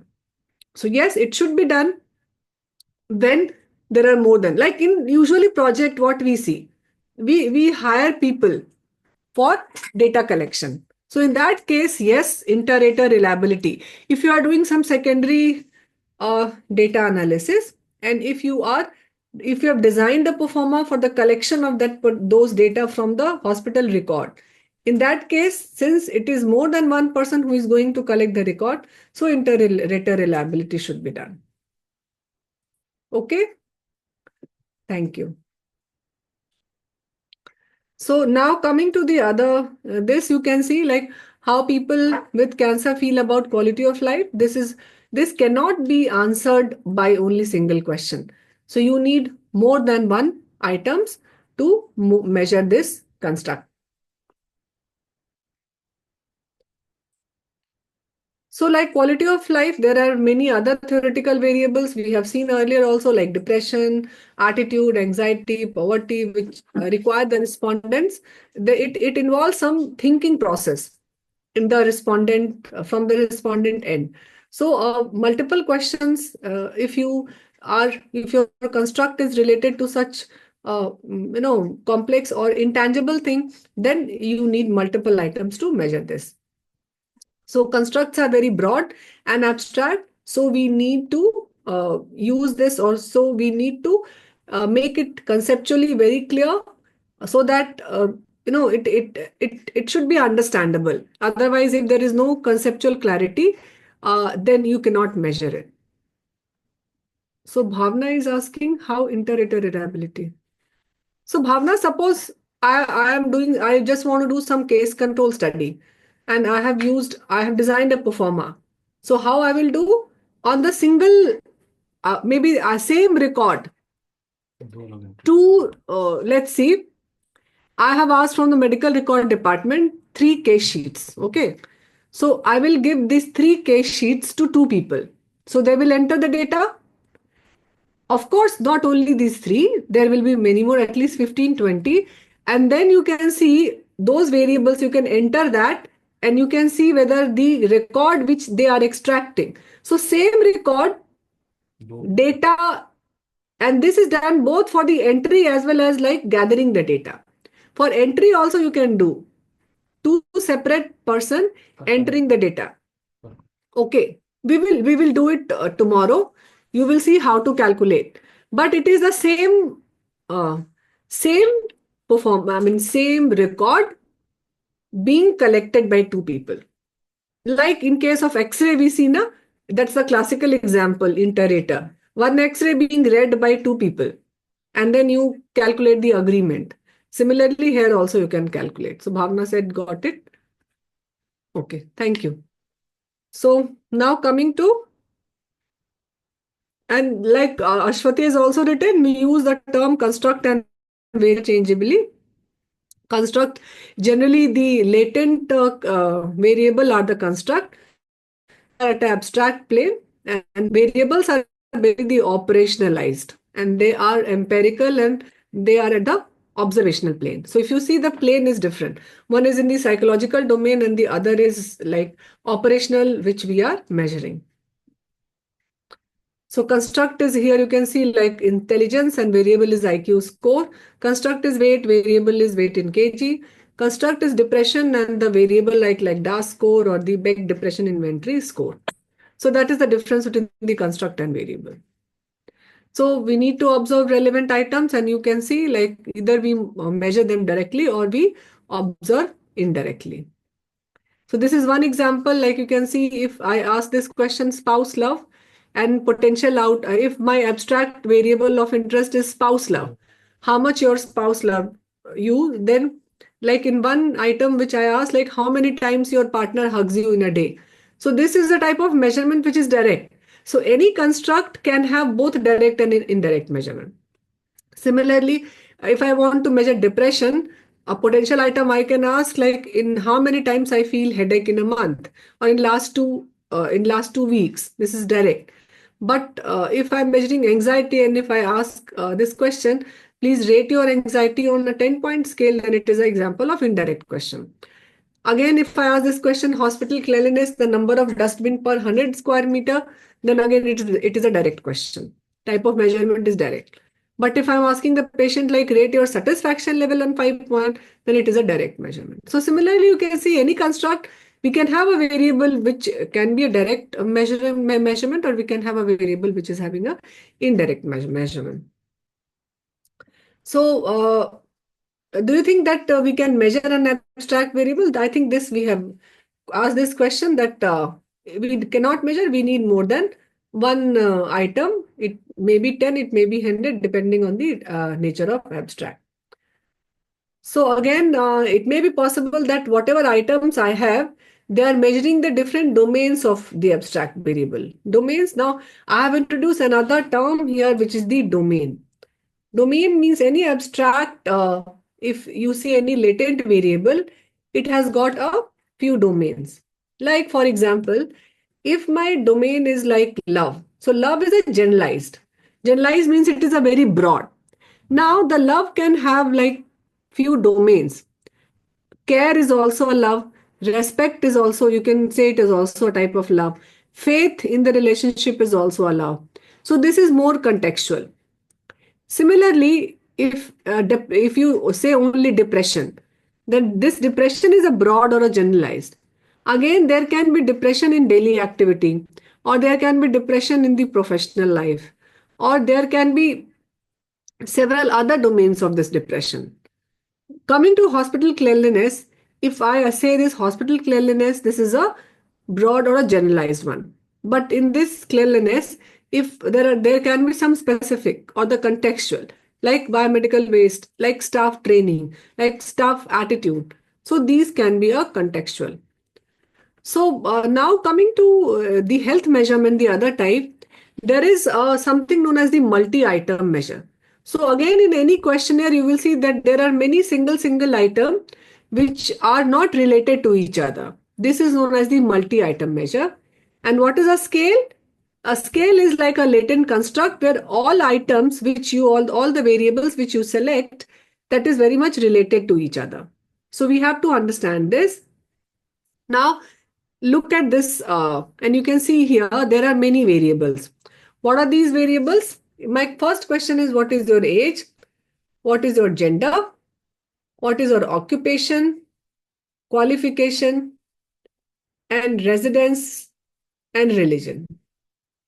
And this is like the response of the person. Okay.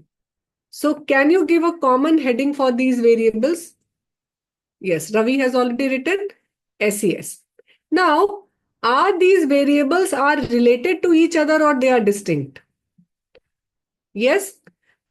Is age and gender related? Yes. Related or distinct? So now what do you mean by related? Related means like if one is increasing, the other is decreasing or increasing. Related means, to be more scientific, I should use this term correlated. So are these variables correlated? Is occupation and religion correlated? Is residence and qualification correlated? Is age and gender correlated? What is your answer? Ravi has written distinct, but Ansi has written related, and Bushra has also related yes. Bushra, I fail to understand, like, uh, yes means what? Related or unrelated? Yes. Or anybody else? Distinct. Ashwati is also written. Yes, so these are distinct. They are not correlated with each other. I might reside in a rural area, but I might be doing an occupation which is, I might be residing in a rural area and I might be a very good businessman. I might be a 10th pass, but I might be involved in a occupation which is again like a self-employed, but maybe the earning may be more. I may be a Hindu or a Muslim. I may be involved in some other occupation. I may be younger or older age, but I can be a male and female. So all these variables are not related to each other. That means related means I will use the term correlated. Why? Because in all these scale development, we will see these correlations. Okay. So these variables are not correlated to each other. And if you remove one variable, you cannot measure the socioeconomic. Like if you ask regarding the Kuppuswamy scale of measurement. So Kuppuswamy has education, occupation, and income. If you delete one variable, let's say occupation, can you measure these socioeconomic status using the Kuppuswamy scale? Yes. Please answer yes or no in the chat box.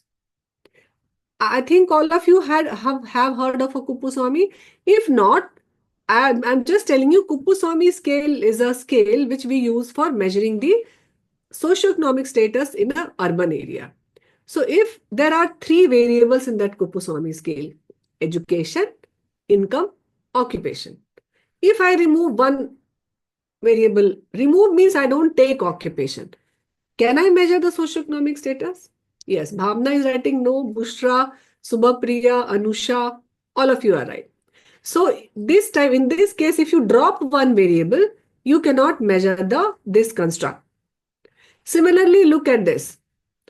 What is this? Appearance of the baby, the pulse rate of the baby, the reflex irritability of the baby, the muscle tone of the baby, and the respiration.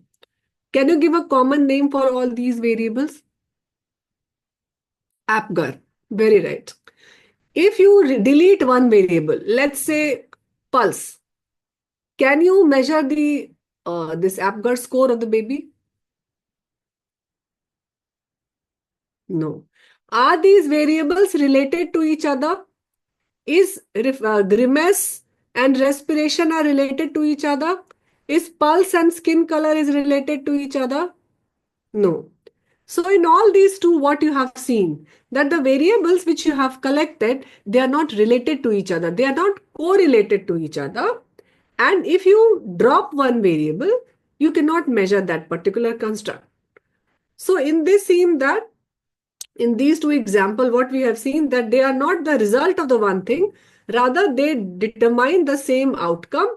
And if you drop one variable, it is going to, you cannot measure it. Okay. So this is known as the causal indicator. Why we call it as a causal indicator? Because each indicator is causing that. Okay. So this is also known as the multi-item measure. Okay, so sorry. So this is not the causal. This is, you can say that this is a multi-item measure because all the items, they are together, they are measuring this thing, and it is known as the emergent variable. So more general term for collection of these items are the emergent variable. Now, coming to this question. So this is one type of variable or one type of health measurement which you have seen in the last two example, socioeconomic status and the APGAR score.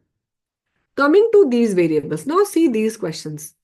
I feel sad and low. I feel disinterested in things that earlier seems to be pleasurable. I feel I should be punished, or I feel guilty, or I have difficulty in making decisions. If these are the variable, so can we say that what these items should measure? So maybe depression, DAS, anxiety, yes. Now, are these variables distinct or related to each other? Like if I say I feel sad and low, and if I say I feel disinterested in things that earlier seems to be pleasurable. So are they related to each other? Yes. So Bhavna is saying related to each other. So these are, you can say that these are the result of one construct. So there is a linkage between the scale and the items, and they are known as the effect indicators. Why they are known as the effect indicators? Because these construct, we will see that this construct is affecting these items. So now there are two terms, theoretical versus atheoretical construct. So what is a theory? So any idea or set of ideas which tries to explain something, that is known as the theory. Like in physics, there is an atomic theory, there is a theory of relativity. In biology, there is a cell theory, there is a theory of evolution. In chemistry, there is a kinetic theory, valence bond theory. Similarly, in health also, we have got many theories. The origin is basically in psychology, but there are psychology theory, there is a social theory, there's an organizational theory, there's an economic theory. So theory is whatever which tries to explain some phenomenon. So again, this we know that age and sex is direct measurement. We don't need any theoretical framework behind these questions. If I am measuring the BMI, cholesterol, hospital readmission, I don't need. So there are two groups of construct. There is one is the self-efficacy and health belief model, and the other is the BMI and cholesterol level. So if you see this is a theoretical. You need some theory to define this, but you don't need theory to define BMI and cholesterol. So this is the theoretical and atheoretical. Again, assessment of hospital patient for meal preference. Is there any theoretical framework behind these questions? if you are assessing the meal preferences. So you don't need any theoretical. If you want to take opinion on whom they vote, is any theoretical concept or theoretical construct that is involved? No. So, but if you want to take a public opinion on how attitude towards employment affects candidate preference, is it a theoretical? Yes, it is a theoretical. So, if you see in health measurement, all the health measurement, there are two types of model which we explain. So again, you know that construct is an abstract idea which is existing in our mind, and if you have to measure the construct, we have to measure the item. So can you tell like which comes first? Construct comes first or item comes first? So Chetanjit is writing item. But if both ways, okay, yes, you are right. There are both ways. Abstract idea is there. Construct, if you see, construct is there. If the latent construct, it can, yes, you are right, Ravi, it can be both ways. So if the construct is affecting the item, this is a latent variable. And if item is the affecting the construct, that is a type of emergent variable. We will see this. So let's see. If construct is affecting the item, this type of model is known as the reflective model or reflective type of health measurement. So now we are defining these health measurement into classifying it in two models. There is a reflective model which says that the construct is affecting the item, and there is a causal model which is saying, or the causal formative model which is saying that item is affecting the construct. So in the previous example, which you have seen where you have seen the socio-demographic variable, again, there is one major difference between these two. In case of a reflective model, if you drop one item, still you can measure that particular construct. Remember, we have seen the DAS scale. Even if you drop one item, still you can measure the construct.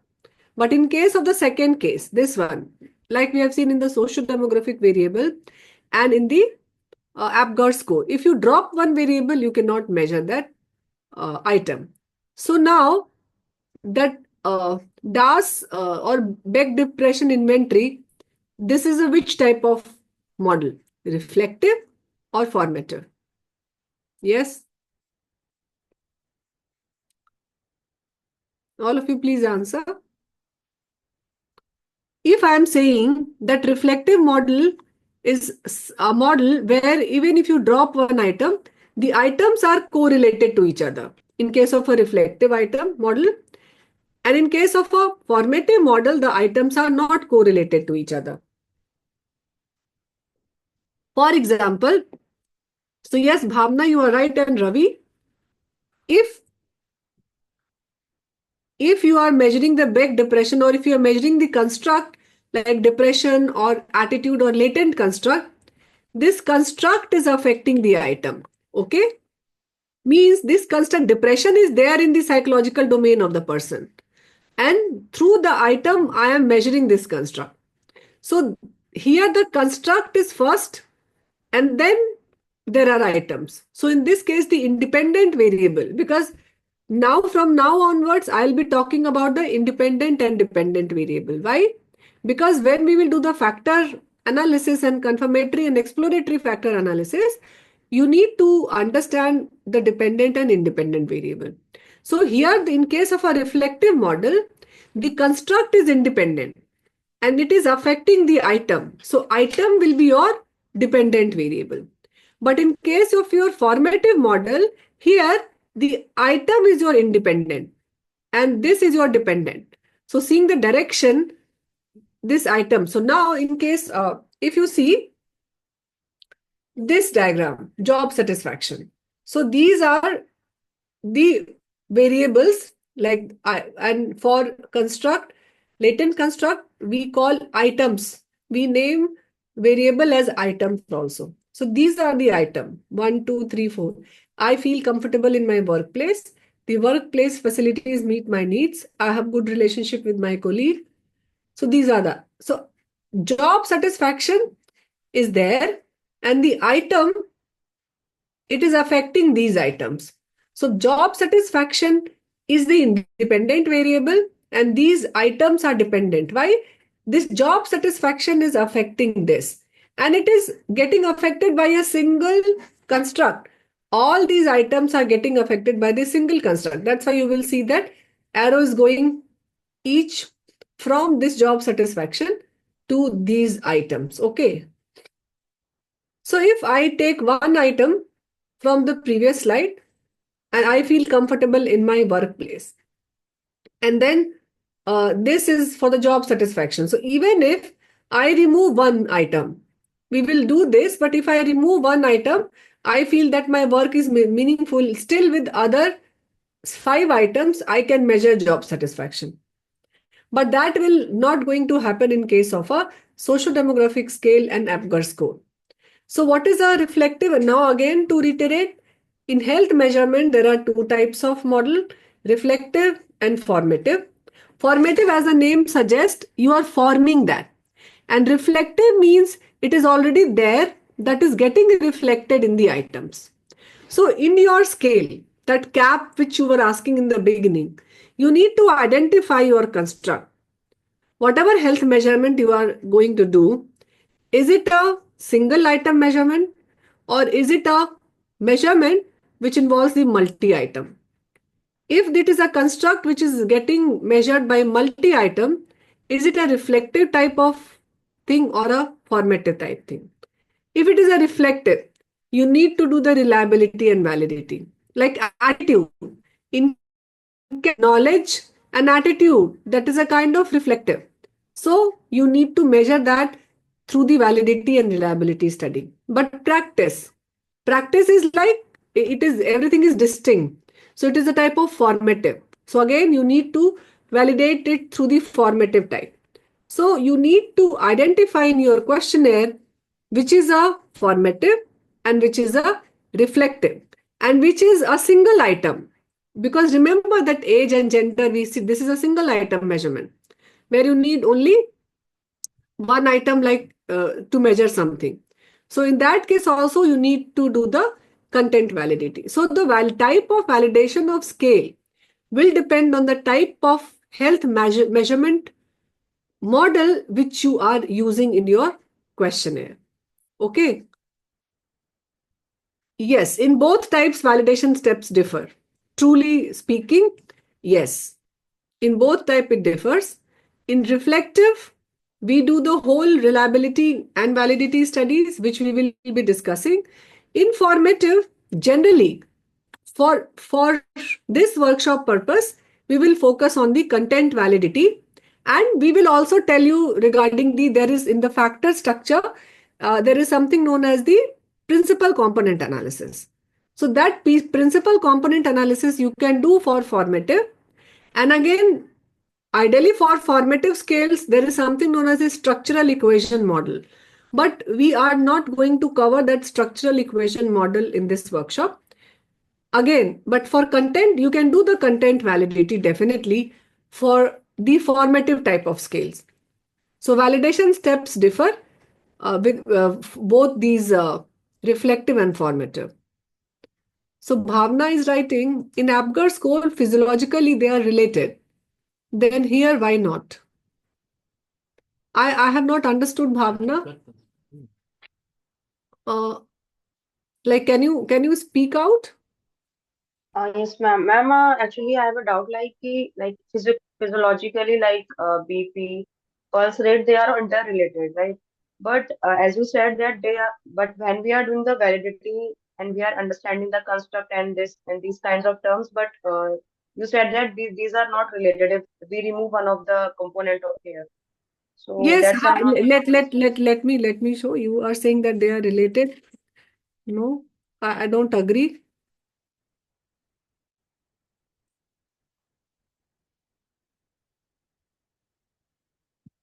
Yes. So yes, how they are related is skin color and pulse related to each other. Related means I'm saying correlated. Here again, I said initially. Can there be Okay, ma'am. can there be a Understood, ma'am. person where, I mean, a baby where the skin color is maybe the affected blue or pale, but pulse is normal? Can there be Okay, ma'am. a baby of asphyxia? The respiratory rate will be very less, but other thing might be okay. Yes, so Ma'am, in asphyxia, yeah, ma'am, yeah. in asphyxia, the skin color will tend to change if, It depends. like, It depends on the grade of asphyxia. But it is not always true that, if respiration goes down, then skin color will also go down. No, it is not like that. okay, Of ma'am. course, since they are physiological parameter, so, but they are not correlated. These variables are not correlated to each other. Okay, ma'am. Thank you.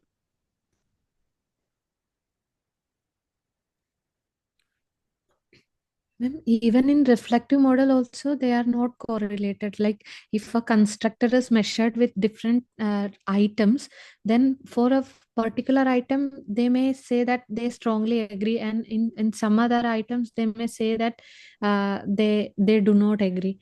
So even they are also not correlated, no? No. In case of a reflective scale, if they are not correlated, you cannot do the reliability of a scale is very poor.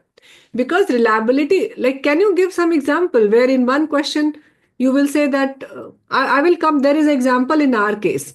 Okay, okay.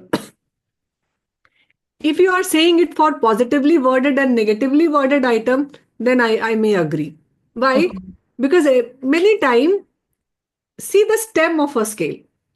Sometimes the stem of a scale, like in case of a this Toronto empathy scale also, if you see there are few items which are negatively phrased. Okay, like I may say here negatively phrased. I write that I don't feel comfortable in my workplace. This is a negative statement. In that case, I will say that if I am comfortable, I will say that I disagree.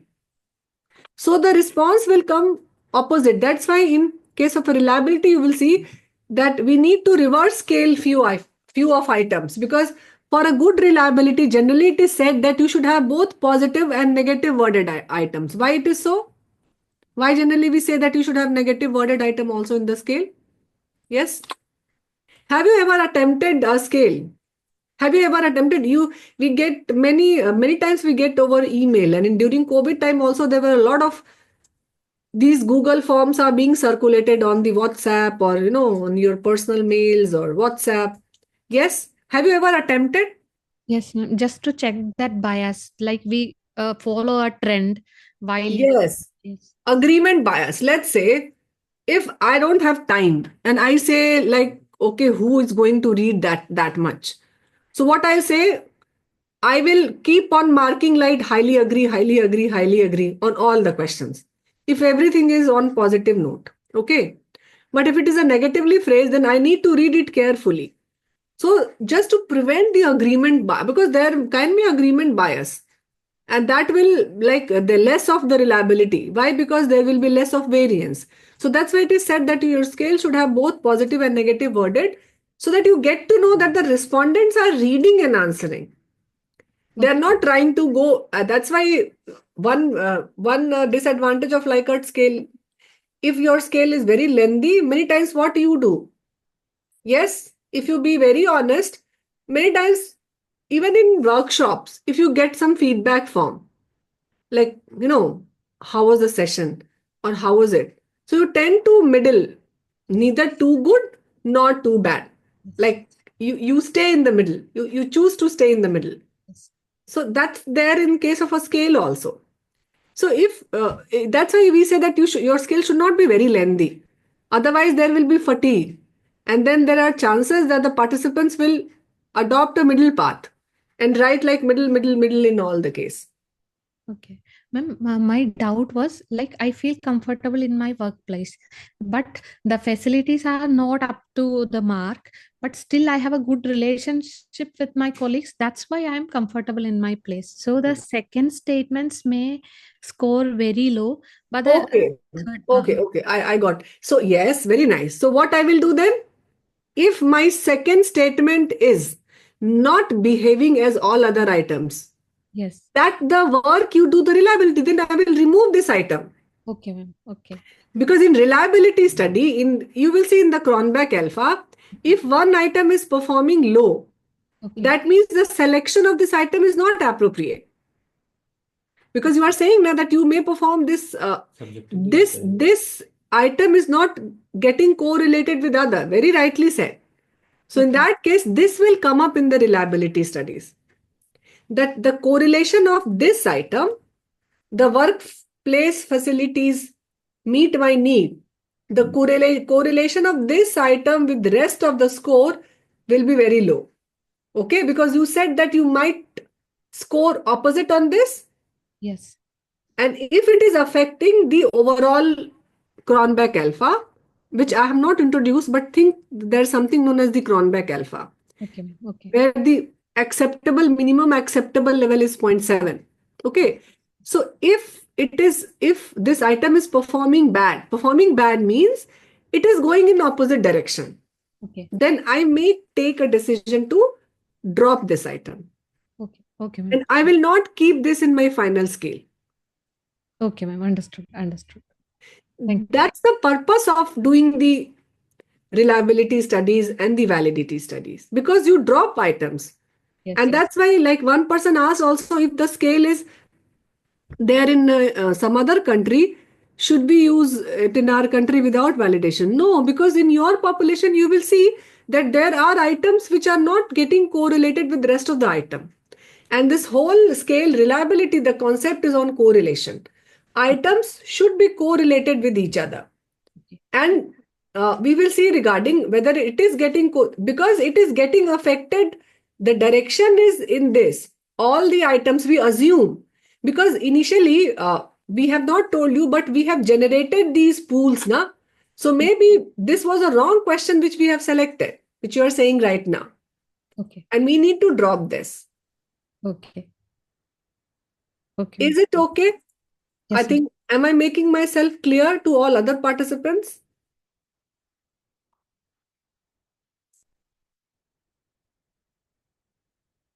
Okay, thank you. So now, this is again one question. I have took one question from the previous slide, that is the I feel comfortable in my workplace. So if this is the question, do you think that it is only the job satisfaction which will affect this construct, or there can be another construct also? So yes, there can be other construct also, like interpersonal relationship. If my construct is interpersonal relationship, that is also going to affect this item. If workplace culture, that is also going to affect this item. My stress and anxiety level or my mental health, that is also going to affect this, my comfort at my workplace. Yes. So any construct you see, that is not only getting affected by this, but there can be another construct also. So you can see, I feel comfortable. There can be another construct like interpersonal relationship, like workplace culture, like stress and anxiety level. So that's why whenever you measure a construct, so can you say that only a part of variability of this above item is explained by job satisfaction? If my question is, I feel comfortable in my workplace, can I say that all the variation in this item cannot be explained by job satisfaction? Yes? What is your answer? Yes or no? So Ravi is answering yes.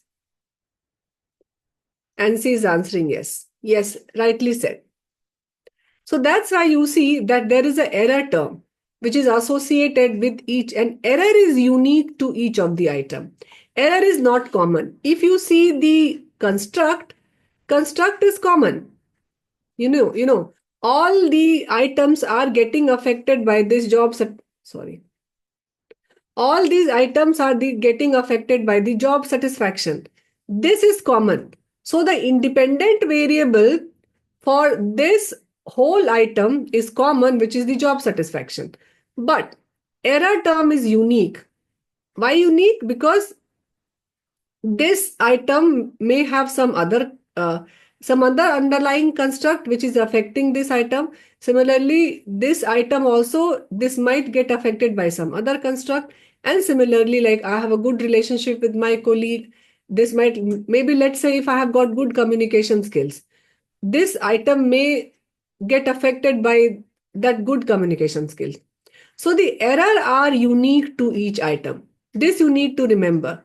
Error are unique to each item, but the construct is common for all. And this is the which type of model? This is the reflective type model.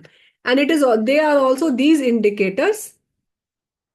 These indicators are the cause known as the effect indicator. Why effect indicator? Why? Because they are the effect of job satisfaction. So they are known as the effect indicator. So Ashwati has asked, not understood the question. Which question, Ashwati? And you were asking like whether all aspects of variability is covered in that particular. Okay. So this is related to this. So this I said now that there can be other. So if response to this item, I feel comfortable at my workplace, this will not be affected only by job satisfaction. Rather, if my stress, like if I exercise and I do yoga and I do meditation, so even if my job satisfaction is less, I still feel comfortable in my workplace. Do you agree? Yes. So there are other constructs also. Any item, the variation in this item is not only by the job satisfaction, but there might be some other construct also which is affecting this item. Okay. This I was trying to ask. Okay. Like if you ask this, a part of variability means, now I said that we will be talking in the terms of dependent and independent variable. So which is the independent variable in this case? Independent variable is the construct which is affecting the item, and item is the dependent variable. Okay. So we talk about, how do we talk? If you can recall your regression or anything which you have learned earlier, we talk like variation in dependent variable explained by independent variable. That how we say, remember? Yes. Am I making myself clear to all of you? I don't know.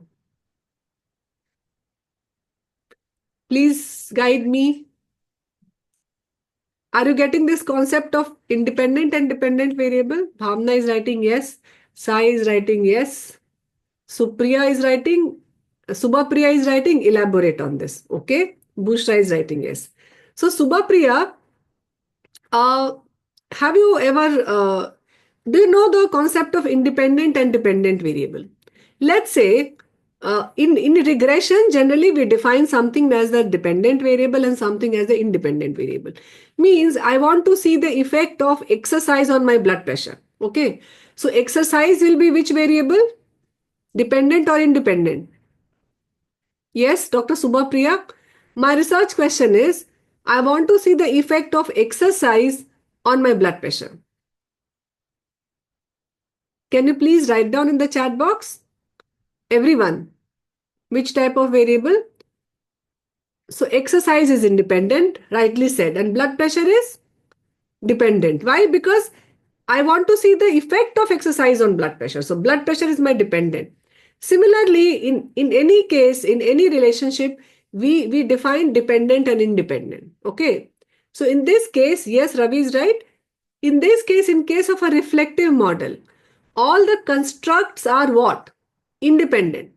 Initially, if outrightly you think that you are measuring depression, so you will label depression as a dependent. No. Strict no. Depression is what? Independent. Depression is existing beforehand through items we are measuring. So depression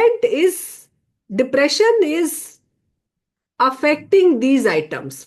If I am in low mood, or if I am depressed, I will score high on that depression scale.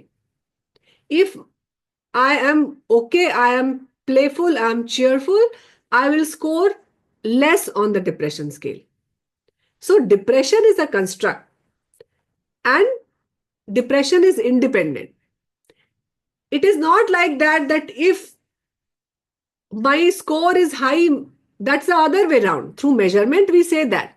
But depression is independent and item is dependent. Why? Because if my job satisfaction is low, I will score less in, it will affect this item. And I will say that, yes, I don't feel comfortable in my workplace. Okay. So in case of a reflective scale, the construct is independent and the item is dependent. Why? We have selected the item for the measurement of depression. Okay. That's why if the depression is high, the item score will be high. If the depression is less, the item score will be less. So depression is a independent and item is a dependent. Have you understood up till this point, Subhapriya or any other person who is not able to understand? Because this is the basis of your factor analysis.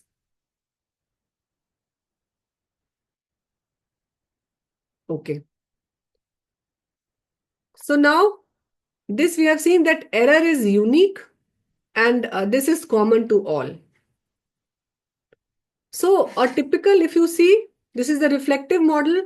So it may be like that. A reflective model may have some domain.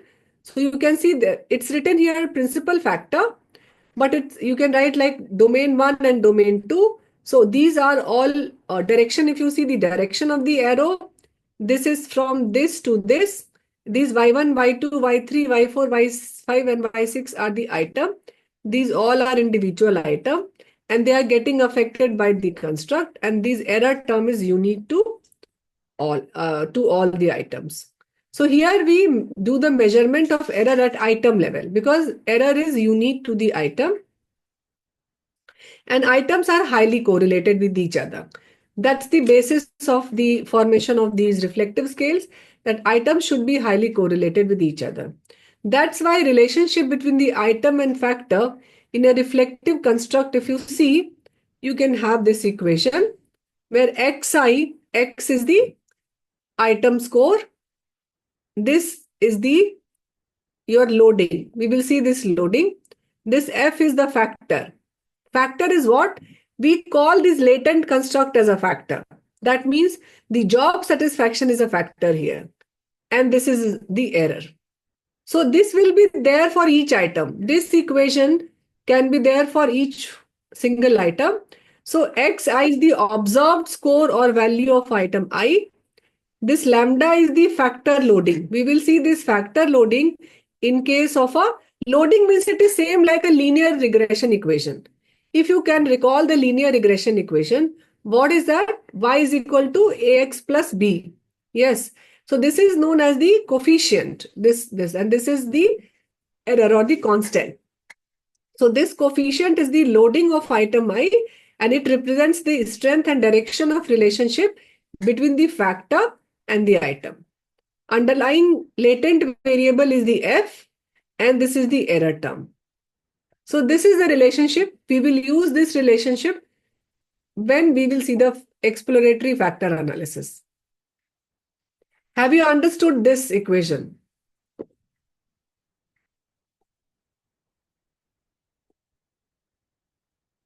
Yes? Bhavna, Ravi, Anusha, Subhapriya. Again, is measurement error related to random error? Ravi said yes. Okay. So again, I have to explain. Have you understood this dependent and independent variable which I was telling here? This Yes, ma'am. dependent and independent variable? Okay. Yes, So do you know a regression equation where we write y is equal to, I am just writing a simple one, a plus bx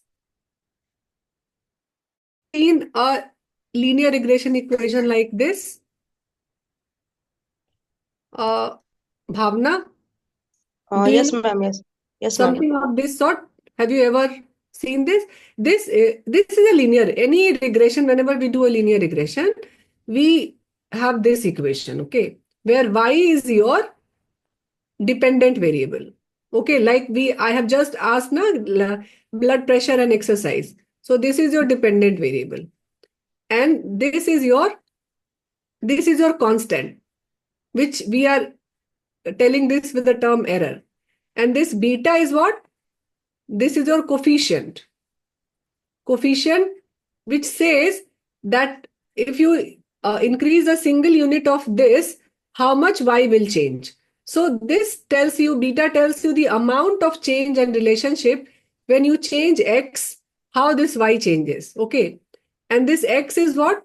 This is your independent variable. This x is an independent variable. This bx is this one, where in this case the x is the independent variable, which is the factor. Factor is a latent construct. Remember, job satisfaction, depression, that is the factor which is affecting this item, xi, item score. Okay, like currently just now Ashwati said in this question that the workplace facilities meet my need. I might say that this doesn't meet my need, but I feel comfortable in my workplace. Okay. So the score of this workplace facility, if you see the loading, that lambda, this will be low. That means the relationship between this workplace facility and job satisfaction, this is very weak. She was saying that, remember? Yes. Okay, Ashwati is writing no idea about regression. No problem. Even if you don't know about regression, no worry. You just know that there is a dependent variable and there is an independent variable, and we express it with such equation. And this equation, even if you don't remember, doesn't matter. You just remember this, that this formula we are not going to use. But for people who have some idea about that, you can understand that. And Manju and Ashwati, no need to worry, even if you don't know. Just remember that what is this value is known as the factor loading. This is important. Why? Because in factor structure, you need to know about the factor loading. So this is the factor loading and this is the factor. And what is the factor? From now onwards, I will call this latent construct as a factor. Okay.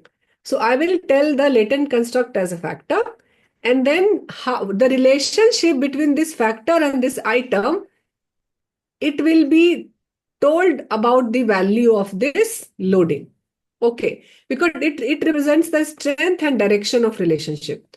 If the value is negative, that means if my factor is high, that means my amount of my latent construct is high, this will be low. Okay, and that we will see. In case of a negative worded item, this will be negative. So it tells you the strength and direction of relationship. Okay. So don't worry, I should not have used this term regression, Ashwati and Manju. No need, forget about regression. But have you understood this? This is error, which I have told you this will be with each item, unique. And this lambda is important, loading. This tells you about the relationship, the direction and strength between F and I. This we are interested. Have you understood, Manju?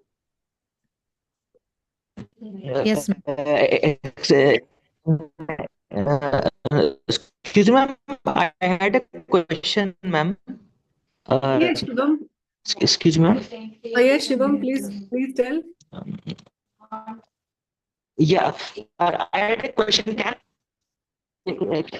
Can we do factor analysis or category in nature? I am not, you are not audible clearly. Shivam, can you please repeat your question? Can we do factor analysis if our items are binary or categorical in nature, ma'am?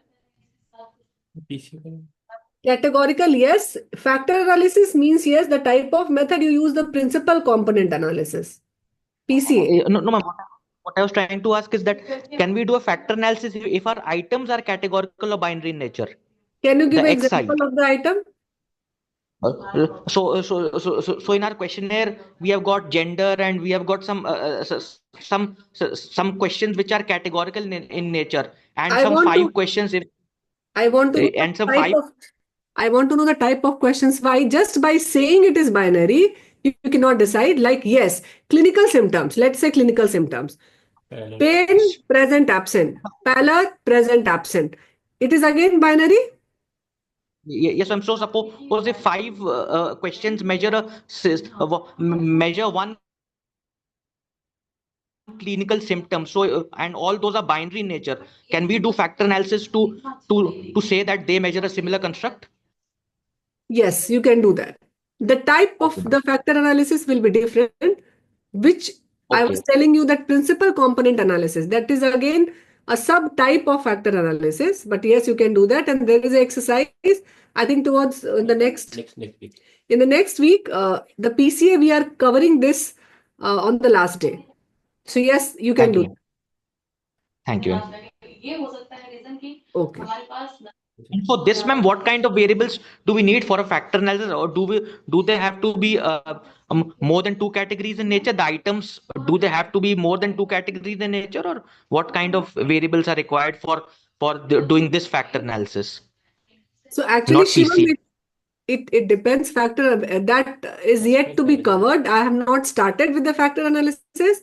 I think if you just hold on for a few, probably a few days. Why? Because towards the end of you can, I think we have your question, and right now, even if I answer, it will not be clear. Okay.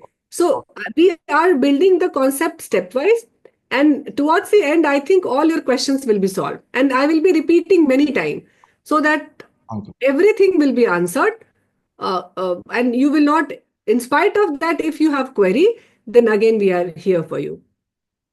Thank you. Because Thanks, ma'am. currently, even if I say what type of question, I need to show Yes. it to you or to other participants. Okay. Thank Ma'am, you, ma'am. Thank you. ma'am, hello, ma'am. Yes, and see. Ma'am, when we will call this as item, ma'am, after constructing the questionnaire or before constructing the questionnaire, after formation of the questions, which is Yeah, related it is. to the. It is always called as item. Whenever you start constructing a scale, you Okay, ma'am. identify these items. These items are actually variables, but in case of a scale, we call it as an item. So you Okay, ma'am. can have before, means see, you start, you have a pool of item, let's say 100. You do Uh, validity and reliability studies, and then you construct a final scale where the uh, number of items are less, let's say 20, okay. 25. So in both the Uh, cases, you can call it as item. Before items. construction Whatever we also, are constructing also item, yeah, after refined also it is called as yes, item only, no, yeah. ma'am. So, There will ma'am, be, when yeah, sorry. One time we showed a table, no, ma'am. It's like Y, E1, E2, E3 This factor. one. Yeah, this one principal factor. And that what is that principal factor, ma'am? It will be a category of that. I'm sorry. That's what I said, that this should not have been there. It is Uh, like same. I will tell you this one. uh, Job satisfaction, you can see here. If the job satisfaction, if any factor, see this job satisfaction can also have two domains. Two domains mm. means one job satisfaction per se, and there can be some other smaller domains of this, like in Okay, ma'am. quality of Yes. life. Quality of life is a major domain. Is it right? Mm. But Yes, yes, ma'am. it is having subdomain of physical quality. Then you have got Depression. like social quality. You have Uh, got like spiritual, and all those subdomains are there. okay, So ma'am. these principal component talks about those subdomains. So there will be a final. That diagram is missing. Here you can see that there will be a one major domain, and then these are two uh, final domain of this. Like let's Okay, say ma'am. quality of life.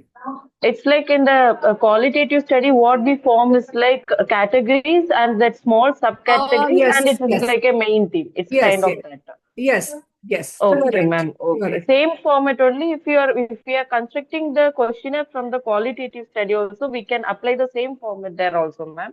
Actually, it is applied like that. You are very right. Because the initial Okay. part of item generation, if you are Mm. constructing a scale from scratch, Mm-hmm. then this initial pool of item and this generation of category and the selection of item, it is done through the qualitative approach only.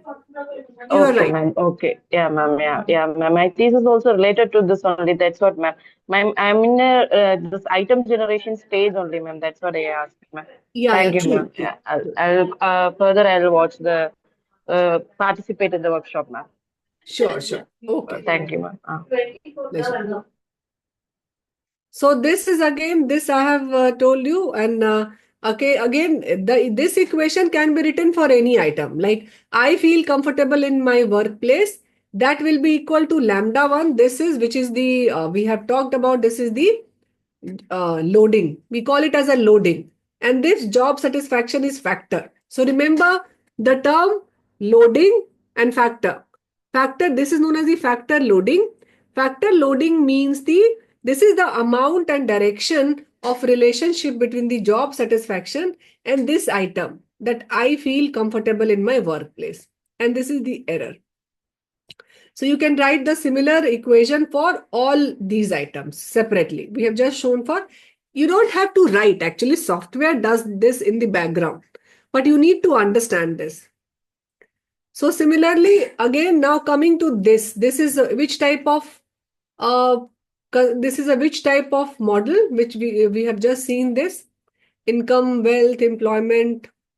If you see the direction of arrow, this is different. Which type of construct? You please type in the chat box.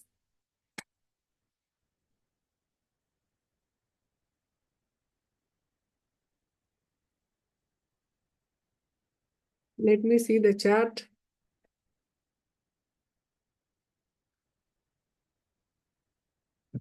Yes, so Ashwati has written, Ravi, yeah, all of you are right. It is a formative type.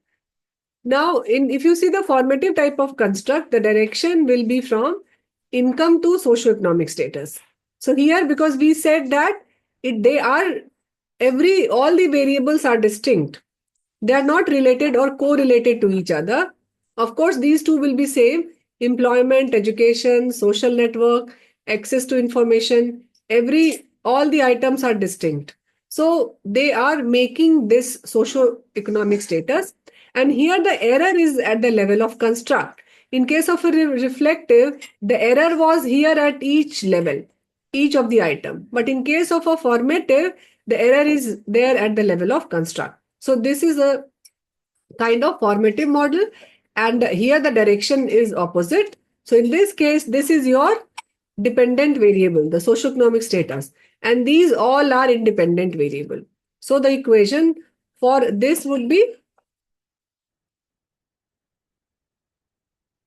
so this is a formative model, and here this is a composite factor, and the direction of causality is from measure to construct. So this is the direction we have just seen. And if you see, these are not correlated to each other, not highly correlated to each other. And the equation relationship between the item and factor in this construct is like this. So here, since this is a dependent variable, this F, this factor will be here. Remember in formative, what was there? This F was here at this, in next to equal to. Here the X1, X2 and X3, these are your item, and you calculate the score, and these beta 1, beta 2, these are the regression coefficient. Don't worry, no need to remember the regression coefficient. That's why I should not use this term. But remember, this factor here will be your dependent variable, and these all items will be your independent variable. So equation of a formative construct, how you can write? You will write socioeconomic status, and then you can write income level, the wealth, employment, and then there are beta 1, beta 2, beta 3, and so on. And the error is at the level of, so there will be only single error. It will not be error at every item. So this will be your equation for a formative construct. So I think it's one. What do you suggest? Should we call a day off for today, and should we again meet tomorrow? And I'll start from this concept of variance, because this is again statistical. Ashwati is writing how the error is related at the level of SES. So here, because it is a composite indicator, so you don't calculate error at each and every item. You calculate the equation is like a linear regression equation. So error is overall. Why? Because the whole score will predict the socioeconomic. Here, and then you can say like what is the error which is there. So this is how this is defined, Ashwati, that the error is not there at the individual, rather because there is no point in understanding the error at each level. Why? They are distinct from each other, and again together they are making one composite indicator. So that's how the error is defined in case of a formative model. Okay. So tomorrow is a whole day for us. Like we will do first session from 10 to 1 and then 2 to 4. Okay, so 5 hours for tomorrow, 10 to 1, then there will be break. We can have a break for half an hour. Okay, so then from 1:30 to 3:30 or 4 we can, depending on the length and the questions which you guys are asking.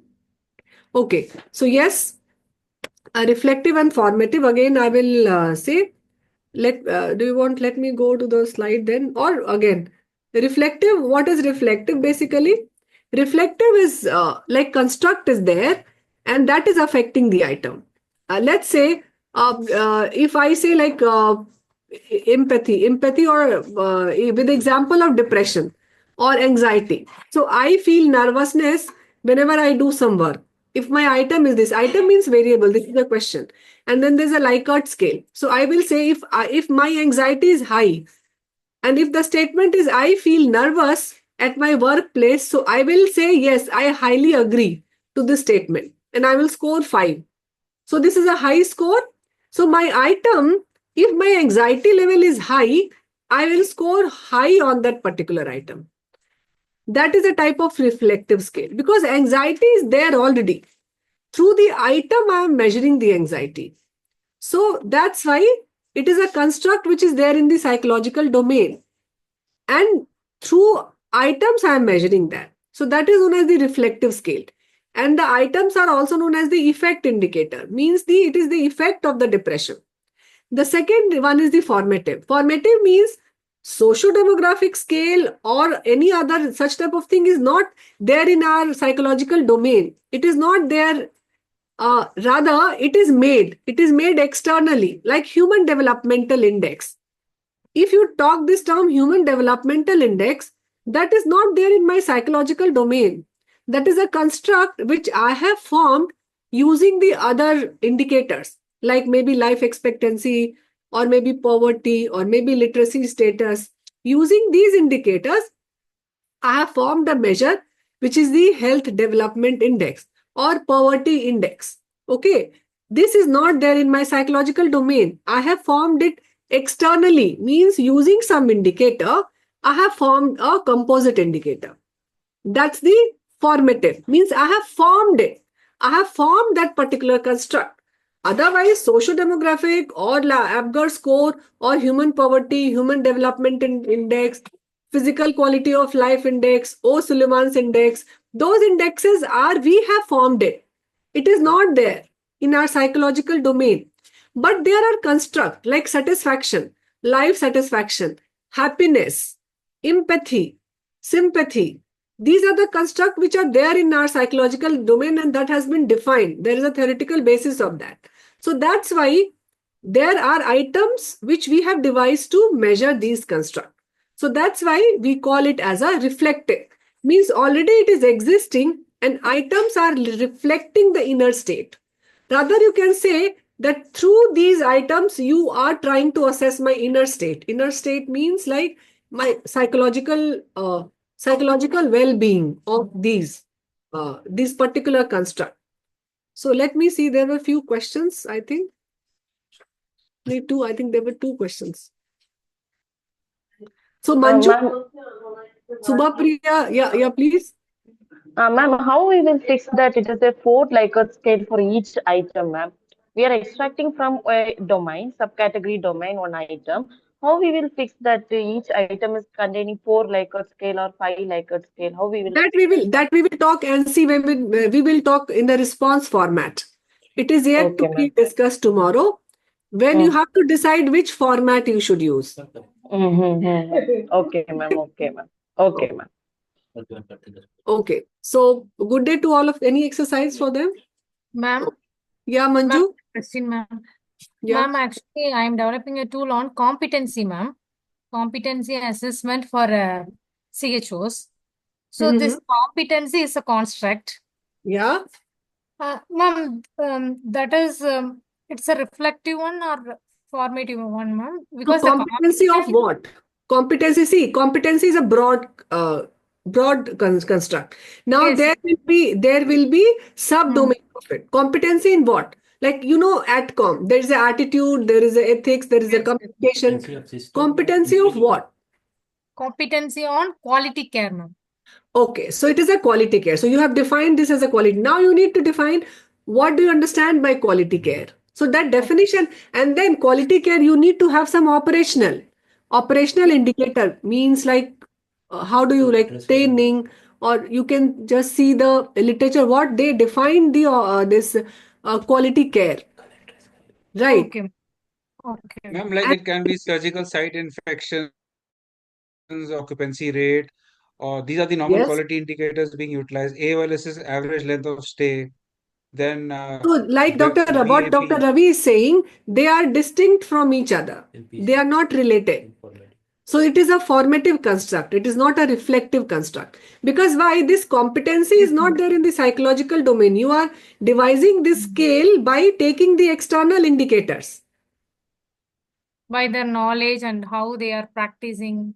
And like Like, Dr. Ravi said, like infection rate or maybe the a lot more. So, Like, all ma'am, it those, could be like VAP, yeah, ventilator associated the pneumonia, associated surgical site pneumonia. infection, average length of stay, or redo surgeries, or a person, or the utilization of the OT, or adverse drug reactions. These are all quality indicators. So if you see all these indicators, what Dr. Ravi said, these, what I could guess, these all are not related to each other. They are distinct. Surgical site infection, utilization of OT, average length of stay. They are not very much correlated to each other. See, some amount of correlation might be there, but they are not highly correlated with each other. So to me, it will be a competency which is not there in the psychological domain, the scale. Rather, you are making this. That means you are devising this. That means it is a formative construct. yes, ma'am. Yes, ma'am. Thank you. Okay. Ma'am, Yeah, Ashwati? if you don't bother, can you explain the error in formative type? Like in a reflective model, we have told that the items can have bearing on other constructs also. So we can have errors on each of those items. Then in formative model, the whole error is concentrated on those construct No, actually. this is not the whole error is concentrated. Rather, we define this like this. We Okay. define the formative construct like this. It is in the form. That's why, if it is all these individual error together reflect on this F. It Okay. is not Okay. something. So all these error, the equation or the, see, it is a mathematical this thing. Means it has been defined like all the individual error of x1, of x2, of xn together it will affect this factor, and that together is all we have taken this error in this. So Okay. the mathematical equation for the statistical analysis has been defined like this. All error together here, which we take for this total factor. Okay. Okay, ma'am. Okay. Thank you. Okay, so see you guys at 10 tomorrow.